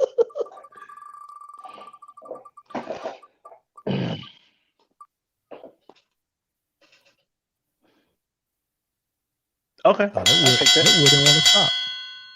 All right, Nets, Brooklyn Nets. Now they number one in the East, but I don't like what I'm seeing. But go ahead. I'll give them a B. Until KD put some lotion on them legs, I'm gonna give him a B. Nah, I think you need to stay ashy. Is he thugging it out this year? Ashy and don't brush your hair. Yeah, I agree. You're right. I'm gonna give him a B2, but a B- because I ain't seen the gel. Yeah, exactly. I hadn't seen them gel yet. I ain't seen them come all the way together, and that might be because of the whole Kyrie saga and everything that took place. Yeah, exactly. It's a lot of off the court stuff. Yeah, it's a lot. They need Kyrie. I think so. I think I agree. I think he's the glue that kind of would have held that together when James Harden is trying to adapt to these new foul rules. And Kyrie needs to go to Antonio Brown's dude to get that card. Yeah, get the card, man. Get the card. Kyrie is a man of high integrity. How dare you? How dare you? How dare you? Bro, how dare you even suggest something like that for Brother Sunflower, the heartbreak kid? How dare you do that, man? Kyrie would do no such thing. Kyrie, you keep being you, brother, and who cares if your squad don't make it to the finals? That just show, hey, you might get the MVP this year if they don't make it. But I'm giving them, because despite not having their second best player and having to figure it out on the fly, and I still don't think they got the pieces that are going to allow them to play really good defense. And then Harden's hurt. He's really playing kind of Harden's fat. Well, yeah, that too, say it. because he came in out of shape because he wasn't able to work out or something because of the hamstring injury. Mm-hmm. So despite all of that, they have the best record in the East. I don't like some of their wins and losses. They was kind of ugly, but they still gutting it out, and that's a good sign. I mean, yeah, because look at it. The Lakers is playing way worse than they are, and they don't have all the issues that the Nets have right now. So I would give them a solid B. Solid Okay. B. So we in the same, and we all in the same area when it comes to that's fair. Yeah, I give you that. Okay. All right. Where we going next? Let's see. I hope it's the oh yep. It is. Yes. Corey, you go first since this is your squad. My squad. I'm gonna give him a B minus. Really? Yeah. Oh, you giving the Mavs a B minus? I'm gonna tell you why. Okay. I like the new look. I do. I like the new style of basketball. But they look. Luka is as good as he is. He's a defensive liability. Yeah. He's in the way on defense. At least he gets in the way. He plays more defense than Dirk. I'll give you that. But he's in the way. He is. But I don't care if you disagree or not. But he is. I like I like Brunson. I'm a Brunson fan. I like him too. They still got Burke too. They still got Burke, right? Yeah, and what's calling this finally getting involved. He can actually play basketball. And I think that's because Jason Kidd. Porzingis is. I think so. Yeah, of course. But they're 11-12.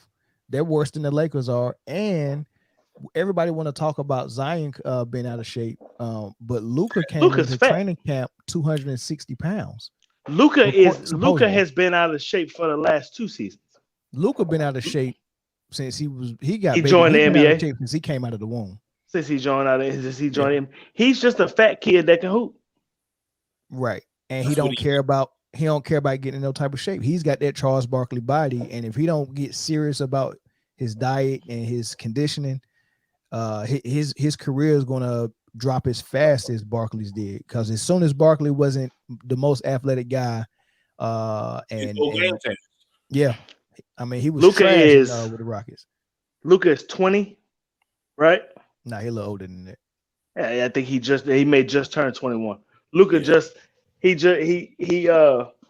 he looked like, this is what it looked like to me. Luka looks like he is one of those guys or one of those kids that right after the game, he gonna go kill about 12 beers and eat 2 cheeseburgers. And he'll come to the arena at 3:30 tomorrow, hungover, right? And he gonna sweat it out in the sauna, and then he'll be ready to play. That shit's gonna catch up to him. You're absolutely right. It is. It is. I'm giving him an F. I'm gonna give him a B because I think that there are some positive things that they can build on, but there are also a whole lot of things that they need to work on. And one of them is I'm not saying a Zion diet. I'm not saying just a crash diet all of a sudden. I'm saying that Luka needs to, with the new contract and everything, he needs to see a nutritionist. Yeah. No, what's your grade?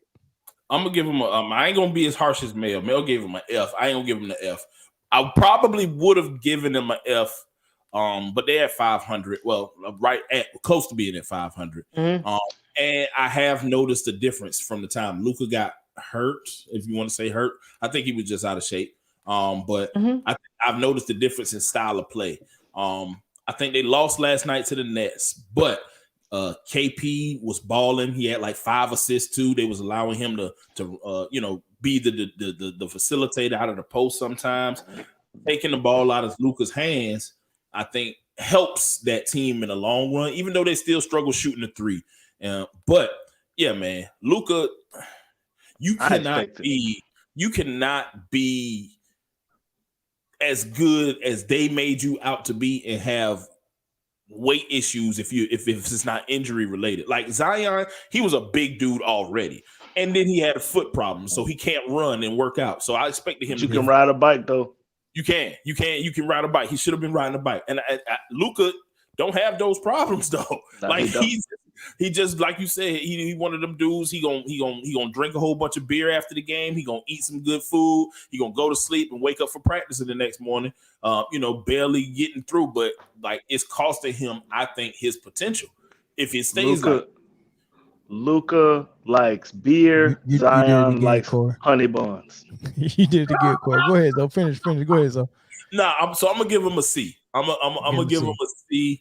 And I think that you know what? I hate to be that guy. That Trae Young trade is looking okay. Sure. And let me ask you this. Yeah. Because Luka he was preseason MVP pick again this season. So 2 years in a row that ESPN and other people are picking Luka to be the MVP. And he's not living up to it either years. He's getting off the slow starts because he's out of shape and for other reasons as well. But let me ask you this question. Let me pose you this question. 2 lesser players, right? If you could get Lonzo Ball and DeMar DeRozan in Dallas instead of Luka, is Dallas better? If you got Porzingis, Ball, and DeMar DeRozan, is that better than having when do I get Porzingis them? and Luka? Now? Do I get them now, or did I get them with Carlisle? Oh, that makes a difference. You get them now. Let's say you don't sign Luka, he leaves, but you end up signing Lonzo Ball and DeMar DeRozan to replace him. Now, do you think Dallas is better than Luka? Now, yeah. With Carlisle, no. Carlisle and Don Nelson created this monster. It's now Jason Kidd's job to come in and try to fix it. I'm not.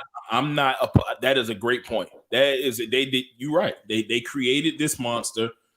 When you put that much credence in a kid and you allow him to come in, and this conversation ain't got nothing to do with the skill of Luka Doncic. We know what he is skill wise. Right. He's a dude who can play basketball. Simple and plain.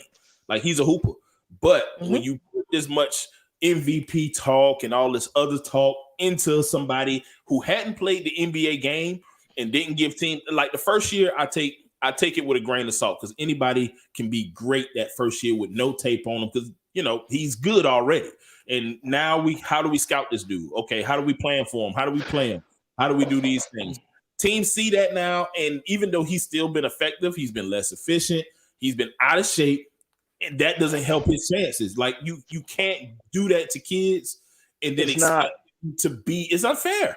It's unfair. I agree with you, Zoe, up to a certain point. I don't think it's the talk of the media and everybody. I think it's the Mavericks organization. You think so? And the reason I don't think so. I think it's the organization because there are a whole lot of players in the NBA that they overhype and they're successful, right? But I think it's the organization because they've done it to so many players because they were successful with that same approach with Dirk. So that's the approach that they know that works. So they've done it to everybody else. They did it to Chandler Parsons. They tried to do it. They're doing it to Luka right now. It worked with Dirk. It's not going to work with everybody though. Like Luka needs tough love. He needs somebody to come in there and get on his ass. I mean, and fuck him up. That's what they need. They need somebody to be like, get your fat ass off the court and come sit down. That's what he needs. Luka needs for all these people that's in the media to stop pumping him up, and he needs to hear. He needs to hear the truth. The truth. You're not that good to what they're saying. They're already calling you the MVP. Yeah.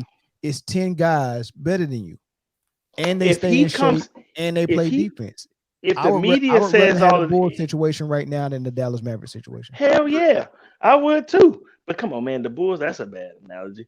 But I'd rather have the Hawks situation than I would the Mavericks. Yeah. I would. I don't like small players. But the Hawks they do have a player who can fit because remember he came in playing that same style that Luka played. They changed it. They changed and they he changed it. changed it, and it's working even better. That team plays even better. And Jason Kidd, I think that, and I think you will see. I think that it's happening behind closed doors, right? And I think that's why Luka, when he got hurt, right? I think he got told to go sit your ass down. Luka has been coddled since the day he got to Dallas. He has been a coddled baby. He can do whatever the fuck he want to do. He can come in hungover. He can show up 45 minutes late to practice. You know what I'm saying? He can do whatever he want to do. Can't do no wrong. And right. And now there's somebody there that I'm hoping, I hope Mark Cuban allows him to do it, to hold Luka accountable for his actions, right? Right. Sit his ass down if he got to sit down, because we got some players on the bench that can do pretty much what you're doing, right? And I hope that that's what happens. If not, it's a train wreck. All right. It'll be a talented player that fails. Accountability. He needs to be held accountable. He ain't been held accountable since he joined the league. Yeah, hopefully J Kidd doing that, man. All right, I hope so. Just go land on the Bulls. Watch. A+. I'm already giving them an A+. I mean, they win his game. No, I'm sorry. I'm lying. You're not gonna give A+? No, I'm giving them a B because I'm taking them a letter grade down because they didn't sign Ayton like they should have. That's okay. All right. Yeah. I'm giving them a B. Okay. But they playing A+ basketball though. But they playing A+ basketball. They should have signed Ayton. They should have kept that team together once they saw the potential of what they could do with Chris Paul at the helm. And it ain't no fluke, as people can see. People was like, oh man, if AD was playing and he wasn't hurt. They tried to make a lot of excuses for the Suns making the finals last year. And it might have had something to do with it, but this is a good team. Plain and simple. This is a good basketball team. And the more I watch Chris Paul's little squirrely ass, the more I kind of like him. Yeah, you ain't got no choice about that dude, man. You ain't got no choice. Yeah, I mean, he's good. He's good. If it land on the Bulls, can we just skip? Hey, who won that game? Did the Bucks win tonight, or did he won? He won without Bam and Jimmy. Without Jimmy or Bam. That's great. That's great, man. All right, so I'm giving the Heat a B. A B? Yeah. I'm giving them B. Man, look, when you watch them play, first of all, they played phenomenal defense, man. I don't know how Pat Riley, not even coaching, but his fingerprint is all over the Miami Heat organization. I mean, they play like the old Knicks, man. They play like the old Knicks, yo. But the defense is there. They lost Bam and Butler's not playing, and they still come in there. You know, they pick up Lowry, they bring him in. The unsung hero is the Martin twin that they got from Charlotte Hornets. He just had almost 30 tonight. Yeah, he's a great defender. Those dudes. Kyle Lowry went to Miami, right? Yeah. So he had to be sexy on the beach and lost a little weight. Yeah, look. Not only did they snag Kyle Lowry, they snagged PJ Tucker from the defending champions. Like they did phenomenal in the offseason, and they playing phenomenal basketball. So I'm giving them a B. Only reason why I'm not giving them a is because I think their record should be it could be a little bit better. A-. I'm gonna give them a B too. Just because offensively they kind of get into that they don't know what to do type thing, but defensively they make up for it because their defense causes them to, you know, get into some offensive possessions. Like they cause a steal on one end, run out, and PJ Tucker is he is the quintessential role player, man. Like if you got a champion, if you want to bring having a championship team, get you a PJ Tucker, and I think you'll be okay. So I'm gonna give him a B- because Kyle Lowry is I think his leadership, even though that's not technically a skill set, but it kind of is. I think him being able to control the team and kind of get the offensive set and score points when he got to is perfect for them at point guard. They just got to figure it out offensively, but their defense is crazy. I agree 100%, Zoe. And you know what? Now I think about it, I give it A. I'll give him a B+ because I think that there is room for improvement. I agree, but I think that they're still learning each other. They got to jail. That's And true. once they jail, they're gonna be tough. Yeah. Mike asks, what would John Wall end up, and how much basketball you think he got left? I think he stays with the Rockets into the deadline. Only a desperate team that really wants a point guard or a backup will trade for Wall after they did some type of buyout situation. I don't know. They're gonna have to, because his contract is huge. So I don't know a lot of teams is gonna trade for him. Yeah. I think it's got to be a buyout situation. So I take that back. It won't be the trade deadline. It had to be a buyout situation, and some team will sign him for the playoff push. And I think he got a lot of basketball left if he only got to play the playoffs. If he just got to play the playoffs, but if he got to play 82 games and be your starting point guard, he ain't worth the money. Until he proves to me that he can last 82 games. Yeah. Yeah, I agree. He's like, who is that? Who was the pitcher in the major leagues that Roger Clemens? Remember, he used to come in after the All-Star break. Mm-hmm. I'm ready, y'all. I'm ready. Let's do it. Yeah, I'm not finna pitch a full season, but I'll give you half of this thing. Yeah. You know what? That might end up working out for him, because John Wall, I mean, we know what he was, and if he's even a quarter of that, he still got NBA days left. So we just got to see it. I know that the Rockets was saying, kind of apprehensive about him playing anyway, because they want this young team to grow together, and John Wall ain't young. They're not a contender. We know that, but with the pieces they got in the draft, Jalen Green, Christian Wood has been hooping. I like that kid. I think they the time has passed, but they know what they got with John Wall and that money. They know a team ain't just gonna jump out there and say, "Yeah, we'll take on that for you." Do y'all think he's healthy and just not playing? Or no, he good to go. It's just I don't know what happened with him and the Rockets, but they going in different directions, man. He want to compete, and the Rockets is like, I want to develop young players. I think the Rockets got hoopers, man, and I think that he would be like a good addition, like take on a leadership role. You know what I'm saying? But remember what I told you earlier about a rookie quarterback and a rookie coach just don't match. Right. The Rockets has got a first year coach, and it's kind of like different for a team full of rookies. Right. They want, it's different for a team that's rebuilding in the NBA. They got Jalen Green, which is a beast. They got Porter Jr., Kevin Porter, and they got Paul Silas' son. They want to develop that. They want to see where they can go with it. And John Wall just ain't part of the plan, and I got you. Makes sense to me. Yeah, but he can, basketball wise, if they can figure out the money, where because he can't outperform how much he's getting paid. But if they can figure that out, basketball wise, he can give you at least what Rondo gave you on a championship team. Exactly. Yeah. Okay. Yeah. Okay. Yeah, but I'll buy that. They got to figure out that buyout. All right, last squad, the Bulls. I ain't got a lot to say about it. I just love the way they playing. And best team in basketball. I predicted this, but I'm giving them a B. But with the lineup, that shit wasn't hard to pick. You know what? Nobody picked it.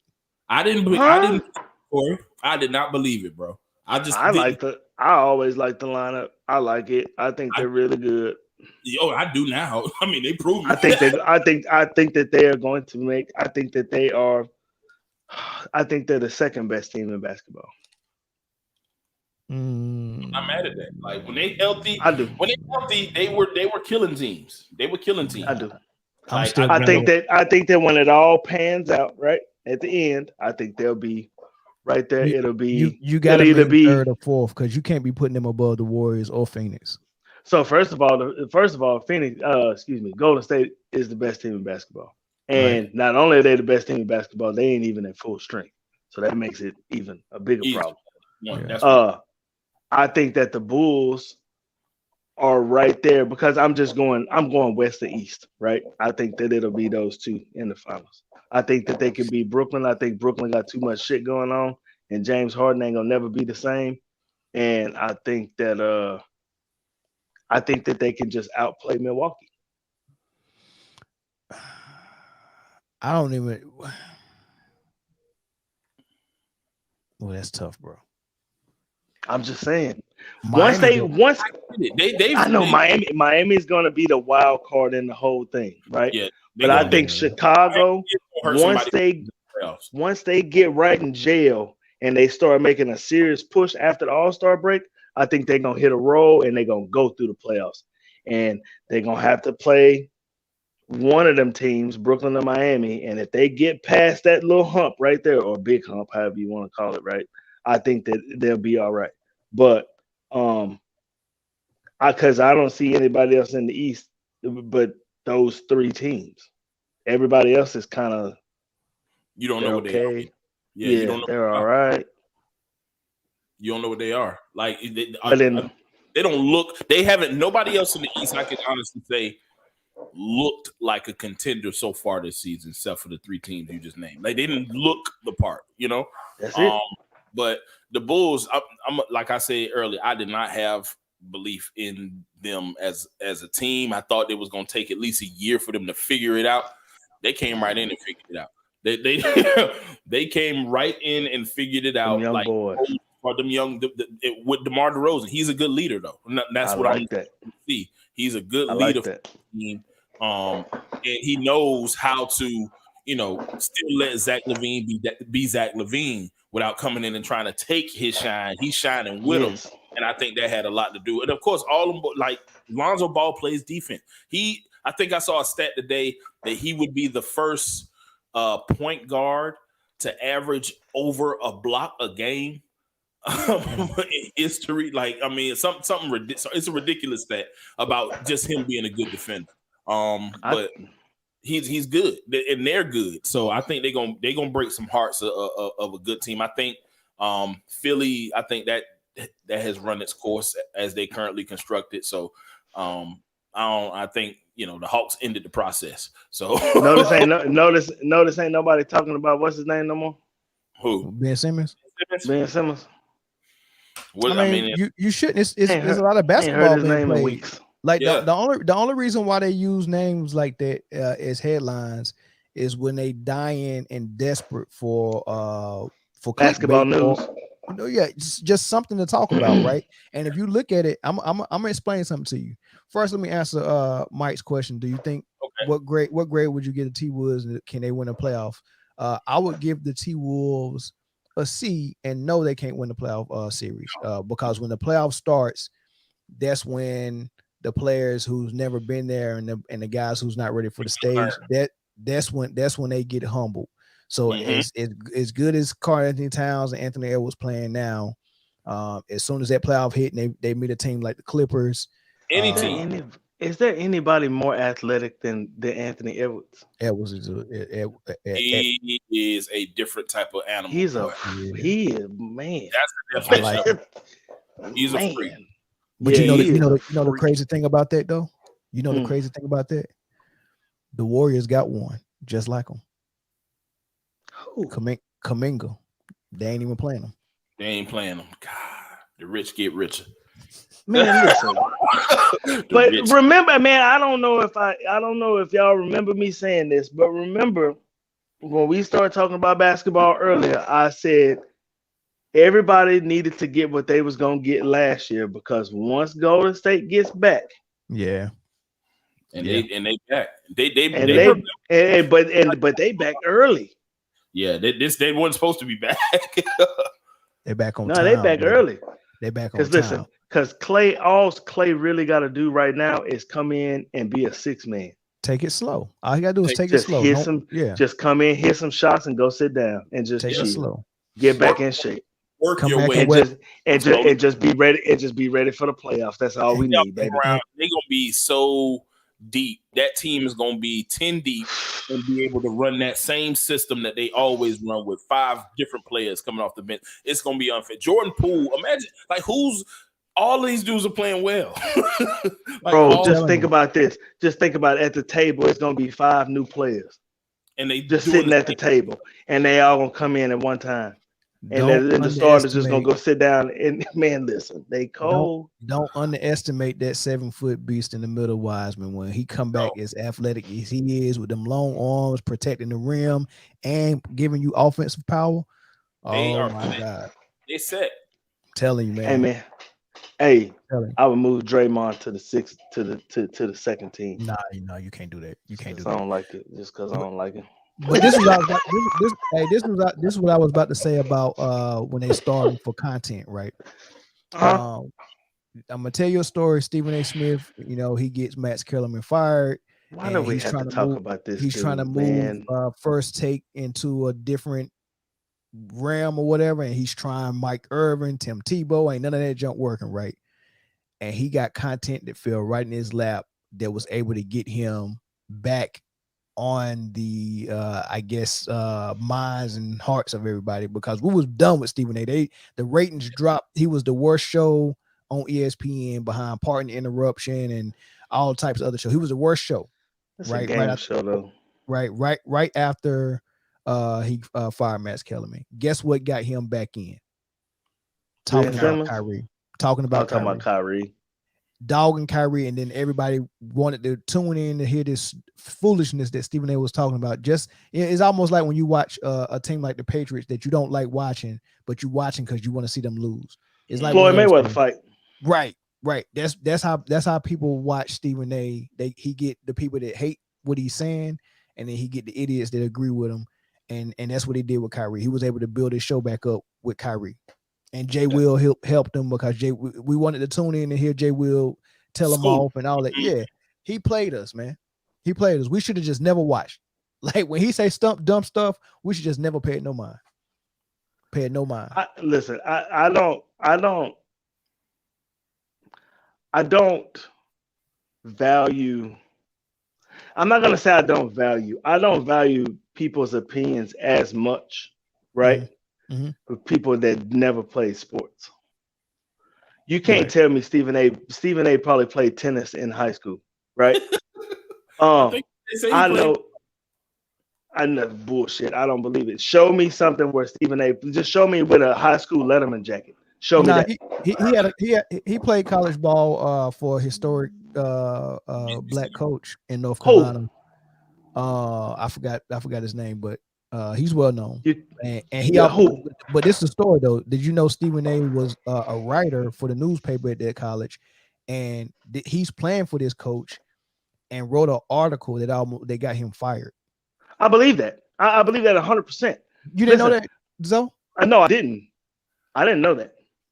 I'm about to find the story. This man he's a Zoe. Man, pardon my French, but he's a fucking squirrel. I don't listen to squirrels. I don't. You know what I'm saying? Like if I'm talking to basketball if I'm talking to basketball with Mel, right? I value his opinion because I know he's a basketball dude. That's what he does. You know what I'm saying? So if we talking about football, I value your opinion because you're a football guy. You know what I'm saying? Like I get that. I understand that. But somebody that's gonna tell me something about Aaron Rodgers or Tom Brady or talk bad about Antonio Brown, like they would drag you through the mud. You understand what I'm saying? Like I don't listen. That man is. That's why I just don't like Shannon Sharp. I listen to Shannon Sharp about football, right? I don't really listen to Skip Bayless till he talking about the Cowboys because he's a Cowboy fan, right? You know what I'm saying? Yeah. But I don't anything else. Come on, man. That's crazy. I promise, man. I did not know that. But I believe it. Yeah, I believe it 100% because he's that type of cat. Here's him on Jimmy Kimmel's show, and he's telling a story where and the coach he played for Winston-Salem State, and the coach name was Clarence Big House Gaines, right? And I guess he was an older guy at that time, and Stephen A. wrote in his paper, in the newspaper, the school newspaper, that he needed to retire, and he put some more stuff in there about how he would be falling asleep on the bench and stuff like that. Right now, he ripped him, right, and he's telling this story, bragging about it, saying that, and I showed up to practice the next day like ain't nothing happened. That's what he said, right? Now, mind you, you're talking about this old black man that's coaching at this historically black college who gave you a chance. And then even after you did that, the chancellor wanted to expel him from school, but Gaines came to his defense and said, "Don't do it." Now the athletic director still fired Gaines, but he came to Smith's defense to not get him expelled from school. This is the type of dude he is. Okay, yeah. That man is a sucker. That's what he is. That's the type of dude. Man. I'm telling you, man. He's the worst. This is crazy, man. Yeah, he is just like dude from, and he's on Jimmy Kimmel bragging about this, man, on national TV. National TV, man. But I believe it. Yeah, man. Stephen A is trash, man. But yeah. Last topic we'll get into before we end it. Mm-hmm. I didn't have this on the wheel because I wanted to actually go in depth about this, man. What is the state of the Lakers right now? Who cares? Oh man, who cares? Them boys got, but I need the clue bomb. Boom! I need the clue bomb. Yeah. Are you surprised? I believe I called this. Surprised? Am I surprised? No, I'm not surprised. Let me tell you what I am surprised about. That LeBron in year 21 is having to play. It's so hard. This man is really having to play so hard to be a 500 team right now. The look sometimes on his face is like I'm pure disgust. Exactly. I'm not a LeBron stan, but man, I'm actually found myself feeling sorry for this dude who really thought that putting this team together was about to wreck the league, and he builds it with Russell Westbrook as his starting point guard. I don't get it. I've heard them they talking positive now because they say, okay, they finally found a way to use Russell Westbrook. How? I just want to know how. I got an answer for it. Okay. Russ, and listen to me, because this is perfectly fine in California, right? This is perfectly legal. Russ needs to eat 2 edibles before every game. And it'll slow him down, right? Because I truly believe if Russ slowed down, he would be a more effective basketball player. Yeah, I think he might be better. He is out of control. Like he's out of control. He's a wild man. You know what I'm saying? And I believe if he was just high as a kite before every game, that it would slow him down just enough to where he would be pretty effective. That might be right. Because I just don't understand. I'm trying to look for solutions because I think, and they were talking about it because Bronny was playing in Staples Center. His high school game got played in Staples Center, and he looked pretty good. I saw some of the highlights. But they were talking about 29 LeBron in the game, I think. Mm-hmm. He was balling. Yeah. And they were talking about LeBron playing with, his son eventually in a couple of years. He's not going to last for this team. He's not going to make it. He have to play like this. He won't make it past. This will be the end for LeBron. LeBron be iced up, everything, bro. Knees be off. Did y'all hear Charles Barkley's take on it? What did he say? What did he say? He said, he got kind of pissed off because the chatter is that Vogel is to blame and they want to fire Vogel.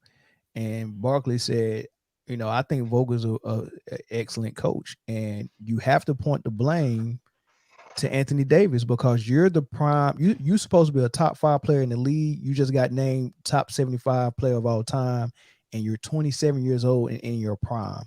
The team is supposed to be on your shoulders. And did I not say, Mel? Did I not say, why do you put the team on the shoulders of a piece of glass? Well, I said that when he first got traded. That's Barkley thing. Barkley saying, look, man, it's supposed to be on you, man. You can't expect old man Melo, old man LeBron, old man Westbrook. You got a prime 27-year-old top 5 supposed top 75 supposed player on your squad. This team ain't supposed to be 500.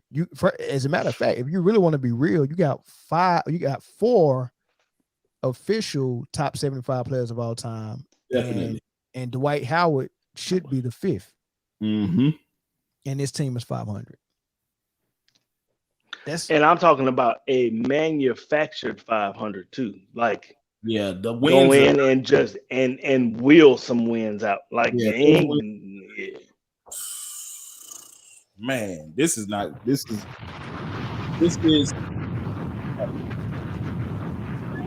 finna do something stupid. No, go ahead. What was you? Go ahead. I don't. What you laughing at? I don't like him. Did you have a storm playing in the background? It was supposed to have been a bomb. Oh, it didn't drop. That's why I was waiting on the bomb to drop. That's the explosion. I got you. I got you. Morris said Anthony Davis is Charmin soft, man. I don't want to call another man soft, man, especially not a brother, man. I don't want to call him soft. I don't want to do no name calling. I just want to call a spade a spade. He's not playing. He's not living up to his expectations. No. And he's healthy. Anthony Davis should not score, huh? So what did Eddie Murphy say in life? SOFT soft. That man played. He had 17 points in the game. Totally, like, man. There's a top 75 player in his prime with all these old guys. They should be. It should be like this. All right, y'all, I got us. I'm gonna need y'all help a little bit, but I got us. Come on, young buck, lead us to the promised land. Exactly. That's what it should be. I got y'all, old asses. Let's go. Yeah, you know what I'm saying? And go finish it. He should be as eager as Kobe and Wade was to take the reins from Shaq. He should be that eager. Like he should be like LeBron should have to hold him back a little bit and be like, all right, young fella, not yet. We got your back. Don't forget you got us over here. Don't forget we over here, young buck. Don't forget about us now. You know what I'm saying? I'd rather be like that versus him just being okay. And that's why I think that bubble ring is kind of, that's what it starts to look more crazy.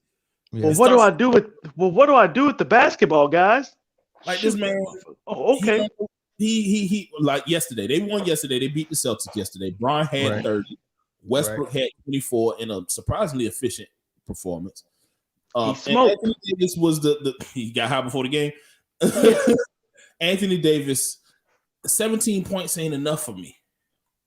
Not from the guy that's supposed to be the guy. No, not if you're not getting a 17 and 15. Look, that is a Kevin Love, Chris Bosh performance. He's playing the third wheel behind LeBron and Westbrook, and he shouldn't be doing it. Right? I blame LeBron. They're treating him like Kevin Love, Chris Bosh, and Big Z. I blame LeBron. Big Z gave you 17. Mm-hmm. I blame. But Big Z gave you 17 and 15 though, and it was an ugly 17. Yeah, it was the same 17. This is the truth. Big Z is doing exactly what AD was doing, but actually Big Z actually went to the post every now and then. Yeah. He's playing exactly like Big Z or Porzingis played last year. Okay, it's the exact same thing. But he's supposed to be in the conversation with somebody like Tim Duncan or Garnett. Man, get out of here. That's unfair. I agree. Yeah, that's a disrespectful comparison, man. Anthony Davis should never be in the conversation with Dirk, Garnett, Weber, not even Rashid. Anthony Davis is literally in the conversation with McDice and those dudes. Dale Davis. I'm telling you, man. I'm not putting him in. Dale Davis is perfect. No. That is a perfect comparison. He way better than that. He's in the Porzingis, McDice. He's in that, he's in that category, man. Dale Davis. No, man. No way. Dale Davis couldn't even score. Yeah, I don't think AD can score either. Street clothes. Nah, he can score. Call that man street clothes. Nah, Morris. I don't think he's top 5 in the league, man. Because you got Curry, you got KD. You got Giannis, you got Jokic and Embiid. And then after that, you got to go to Dame Lillard. I got 6 ahead of him. And right? then even what's called in Phoenix. Phoenix. Little light bright. I will put Booker. Right now, I will put Booker there. Right now this season, how can you not? If Kawhi was healthy, I would put Kawhi. I would put PG-13 over him. So that's 9 I got ahead of him. And can I get a 10? I wouldn't put Luka ahead of him. No, I wouldn't put Trae Young ahead of him. No. Once Luka get in shape, maybe. But until then, Luka about 240 now. Once Luka get to 225, we good. I wouldn't put Butler ahead of him. No. I wouldn't put Karl Anthony Towns in front of him. I put what's called ahead of him. I put Jason Tatum ahead of him. Nah. Yeah, I would. I would. Tatum ahead of him right now. He's playing consistent for me. Yeah. I will put AD at 10. This is true. He ain't even 100% dropping 43. Yeah, it's a wrap. Embiid and Jokic they're the best big men in the league. Yeah, AD's not in the discussion. Taking himself out of that. Yeah, he's taking himself out of it. Yeah, he's done. I blame LeBron. Why? Explain. LeBron ain't letting that dude shine, man. You think that's what it is? LeBron won't control. But I can't really say that because LeBron been on the bench too. LeBron been in street clothes some games. He has. AD ain't step up. Can't even say that.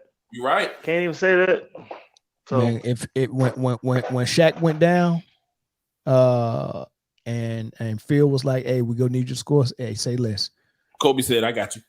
I say less. And when Shaq came back, Phil called Kobe in the office and was like, we're gonna have to peel your offense back and feed the big fella. Now he's back. You know what I'm saying? Like you had to have that conversation with Kobe because you knew what he was gonna do when he got on the court. Yeah, it didn't matter who was out. Yeah, but all right, man. That's it, man. 2 hours 11 minutes when we went over a little bit, but yep, we'll be back on same time next week, Tuesday or Wednesday, depending on which one's gonna be best for us. But we'll try to get it working on Tuesday, and then if you're not subscribed on YouTube, make sure you subscribe. If you're watching from Facebook, go over to YouTube, make sure you subscribe. If you're not, and then share our YouTube page and tell everybody to subscribe and let them know how dope the podcast is and all that good stuff, man. And we'll catch y'all next week, man. Peace.